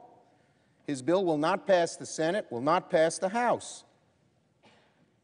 And so it's not the only way for us to make a law, because after the first vote fails, Republicans will have a chance to vote with us to reopen their government. The second vote determines whether you want to reopen the government or not. The second vote determines whether you're willing to reopen the government without taking hostages, without hurting 800,000 workers, without hurting America, but open the government with no conditions. We can send that bill to the President's desk. It has already passed the House. The President may choose to veto it, just as we may choose to override that veto. My dear friend from Louisiana missed that point. If we act with 67 votes, even if the president doesn't like it, it can pass. And we all know it was the president who threw us into this turmoil when he changed his mind and opposed a bill to reopen the government without conditions, just like the one we're offering in December, and the House wouldn't go forward with it, even though the Senate voted for it unanimously. So our bill should not be controversial. Our amendment is nearly the same bill Republicans all voted for a month ago. And it shows that the one cause of this shutdown is the one person who bragged he wanted it, President Donald Trump. Last month, the Senate unanimously passed the short-term bill to keep the government open. It was Leader McConnell's idea. Everyone thought the president would support it. But President Trump buckled to the most extreme voices in his party and reversed his position at the 11th hour. That's how the government shutdown began, sadly and unfortunately. Since then, we've tried to negotiate with the administration to no avail. When the president's deputies made offers, the president almost immediately retracted them. The president even rejected an idea by Senator Graham, one of his staunchest allies in the Senate, to reopen government temporarily while we debate border security. Now the president is back with a straw man proposal, as the senator from Oklahoma called it, that makes the same demand he's been making all along. $5.7 billion taxpayer dollars for a border wall he promised Mexico would pay for, and adds a new radical change to our asylum laws. What the president calls concessions to Democrats are the protections for DACA and TPS recipients that the president himself rescinded and has been subsequently protected by the court. Calling this a reasonable compromise is laughable. It's a starkly partisan proposal that perfectly encapsulates the president's hostage-taking of the American government. Quote, this is what the president could be saying in this bill. Give me everything I want in exchange for reopening the government. A vote for the president's plan is very simply an endorsement of government by extortion. Enough is enough. Now, I know that many of my colleagues on the other side of the aisle agree with me. They understand that holding our government workers hostage for a policy goal is no way to govern. I know they feel that way. So I urge them to vote yes on the second vote. Supporting our amendment doesn't mean you don't support stronger border security. To the contrary, it starts funding that effort once again. Voting for this amendment means you agree with the vast majority of the American people that the government should open without precondition. Voting for this amendment means you recognize that holding millions of Americans hostage is not a way to run a government. Voting for this amendment means that you believe members of the Coast Guard and the TSA and the DHS and the FBI should be paid for their work protecting our country. Voting for this amendment means you support our air traffic controllers and food inspectors and the men and women who work at our national parks. And yes, voting for this amendment means that you support border security. It means you support a way out of this shutdown where we can sit down and rationally hash out our differences. If we can't do that, if we can't agree today that the way to solve disagreements over policy is through debate and consideration in Congress where it belongs, then we are staring down a very long and very dark tunnel. Our system of government was designed to allow space for disagreements, even vociferous ones. But when one side, in this case the president, uses the basic functioning of our government as leverage to extract policy concessions, our entire system of government breaks down. It's a recipe for gridlock, dysfunction, and paralysis, not only now, but on into the future. I believe there are men and women of good faith on both sides of the aisle who want to see this senselessness come to an end today. Let the Senate come together now. Let the Senate rise to the occasion as it has done so often in the past. Vote yes on the Second Amendment. Open the people's government. I yield the floor.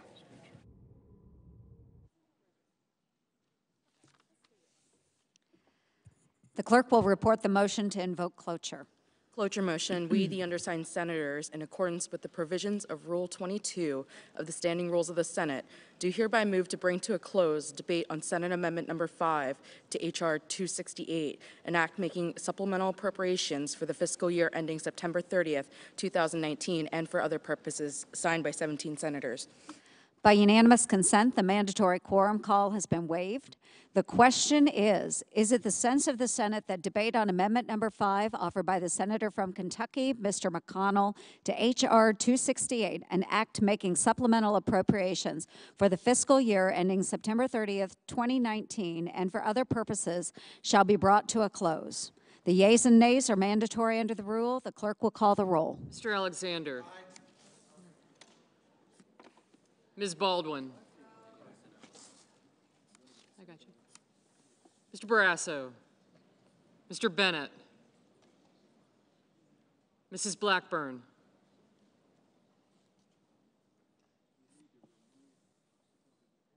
Mr. Blumenthal. Mr. Blunt.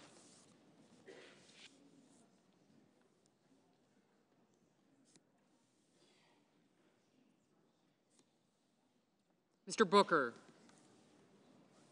Mr. Bozeman. Mr. Braun. Mr. Brown. Sure. Mr. Burr. Ms. Cantwell.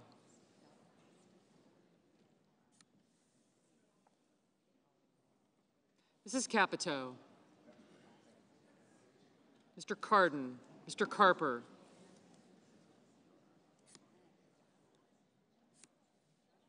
Mr. Casey.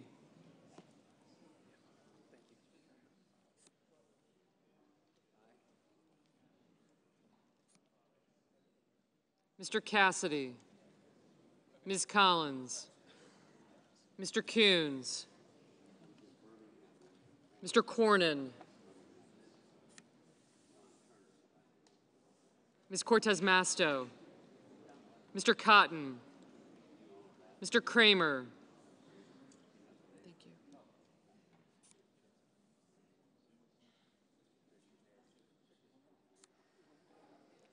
Mr. Crapo.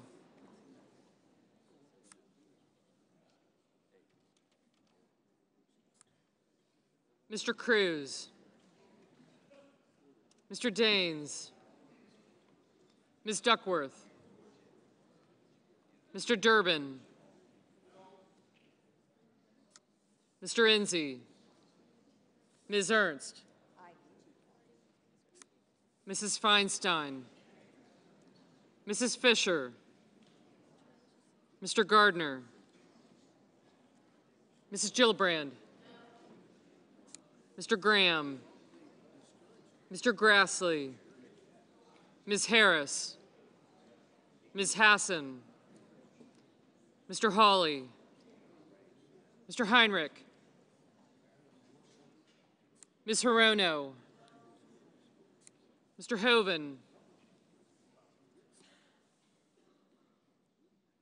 Mrs. Hyde-Smith. Mr. Inhofe. Mr. Isaacson. Mr. Johnson. Mr. Jones.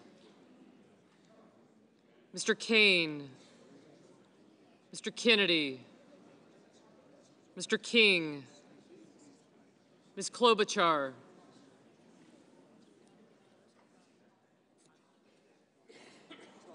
Mr. Langford. Mr. Leahy. Mr. Lee. Mr. Manchin. Mr. Markey. Mr. McConnell. Ms. McSally. Mr. Menendez. Mr. Merkley. Mr. Moran, Ms. Murkowski, Mr. Murphy, Mrs. Murray, Mr. Paul, Mr. Perdue, Mr. Peters, Mr. Portman, Mr. Reed, Mr. Risch, Mr. Roberts, Mr. Romney, Ms. Rosen, Mr. Rounds, Mr. Rubio, Mr. Sanders, Mr. Sass, Mr. Schatz, Mr. Schumer, Mr. Scott of Florida, Mr. Scott of South Carolina, Mrs. Shaheen, Mr. Shelby, Ms. Sinema, Ms. Smith, Ms. Stabenow. Yes, sir. Yeah. Mr. Sullivan, Mr. Tester, Mr. Thune, Mr. Tillis, Mr. Toomey, Mr. Udall, Mr. Van Hollen, Mr. Warner, Ms. Warren, Mr. Whitehouse, Mr. Wicker, Mr. Wyden, Mr. Young,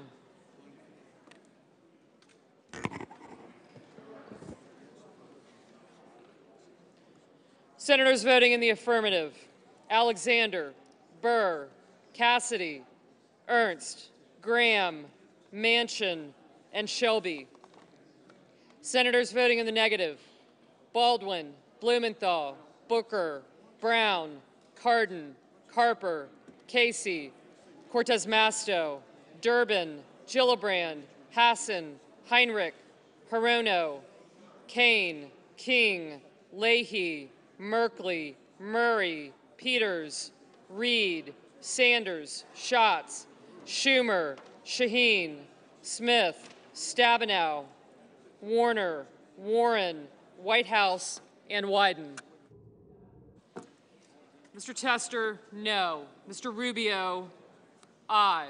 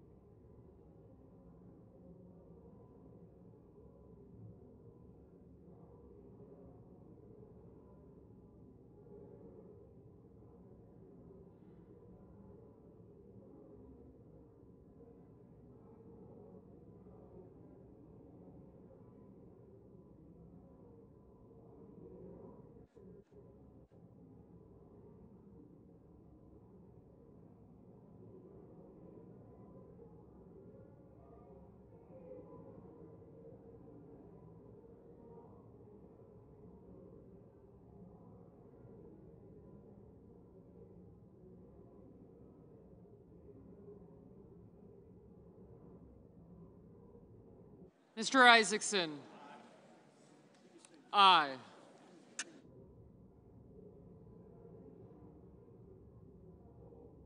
Mr. Van Hollen, no.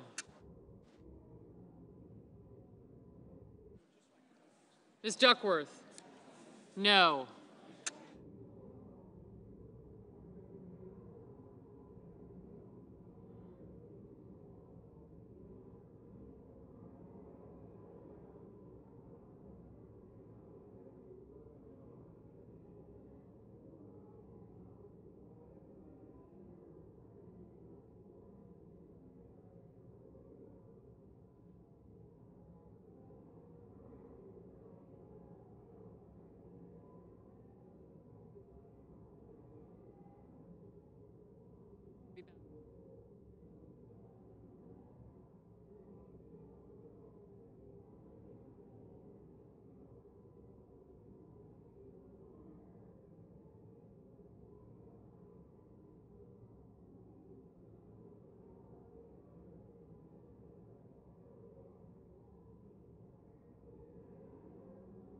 Mr. Moran? Aye. Ms. Harris? No.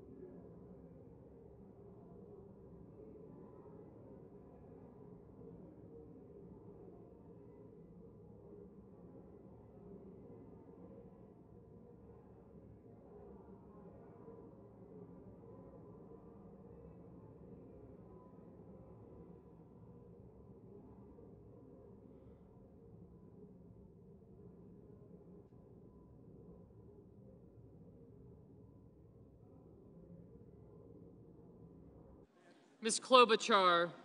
No.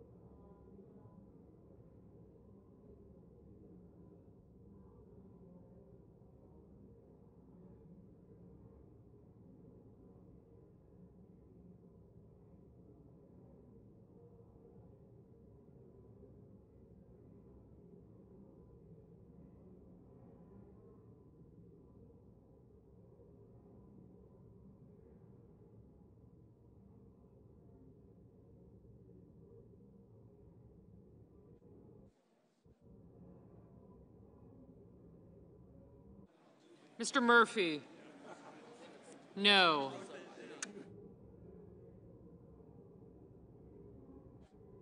Mr. Udall? No.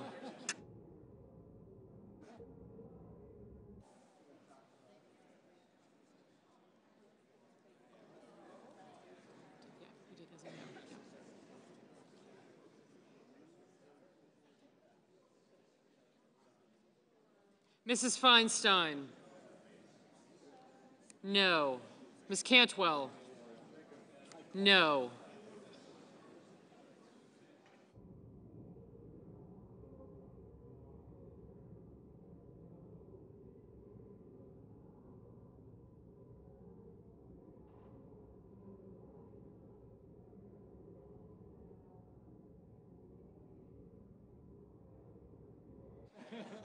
Mr. Braun?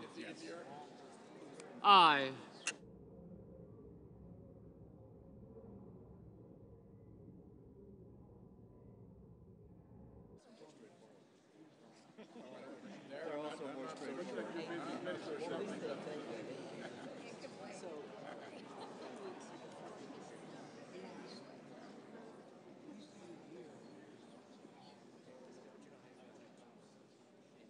Mr. Coons? No.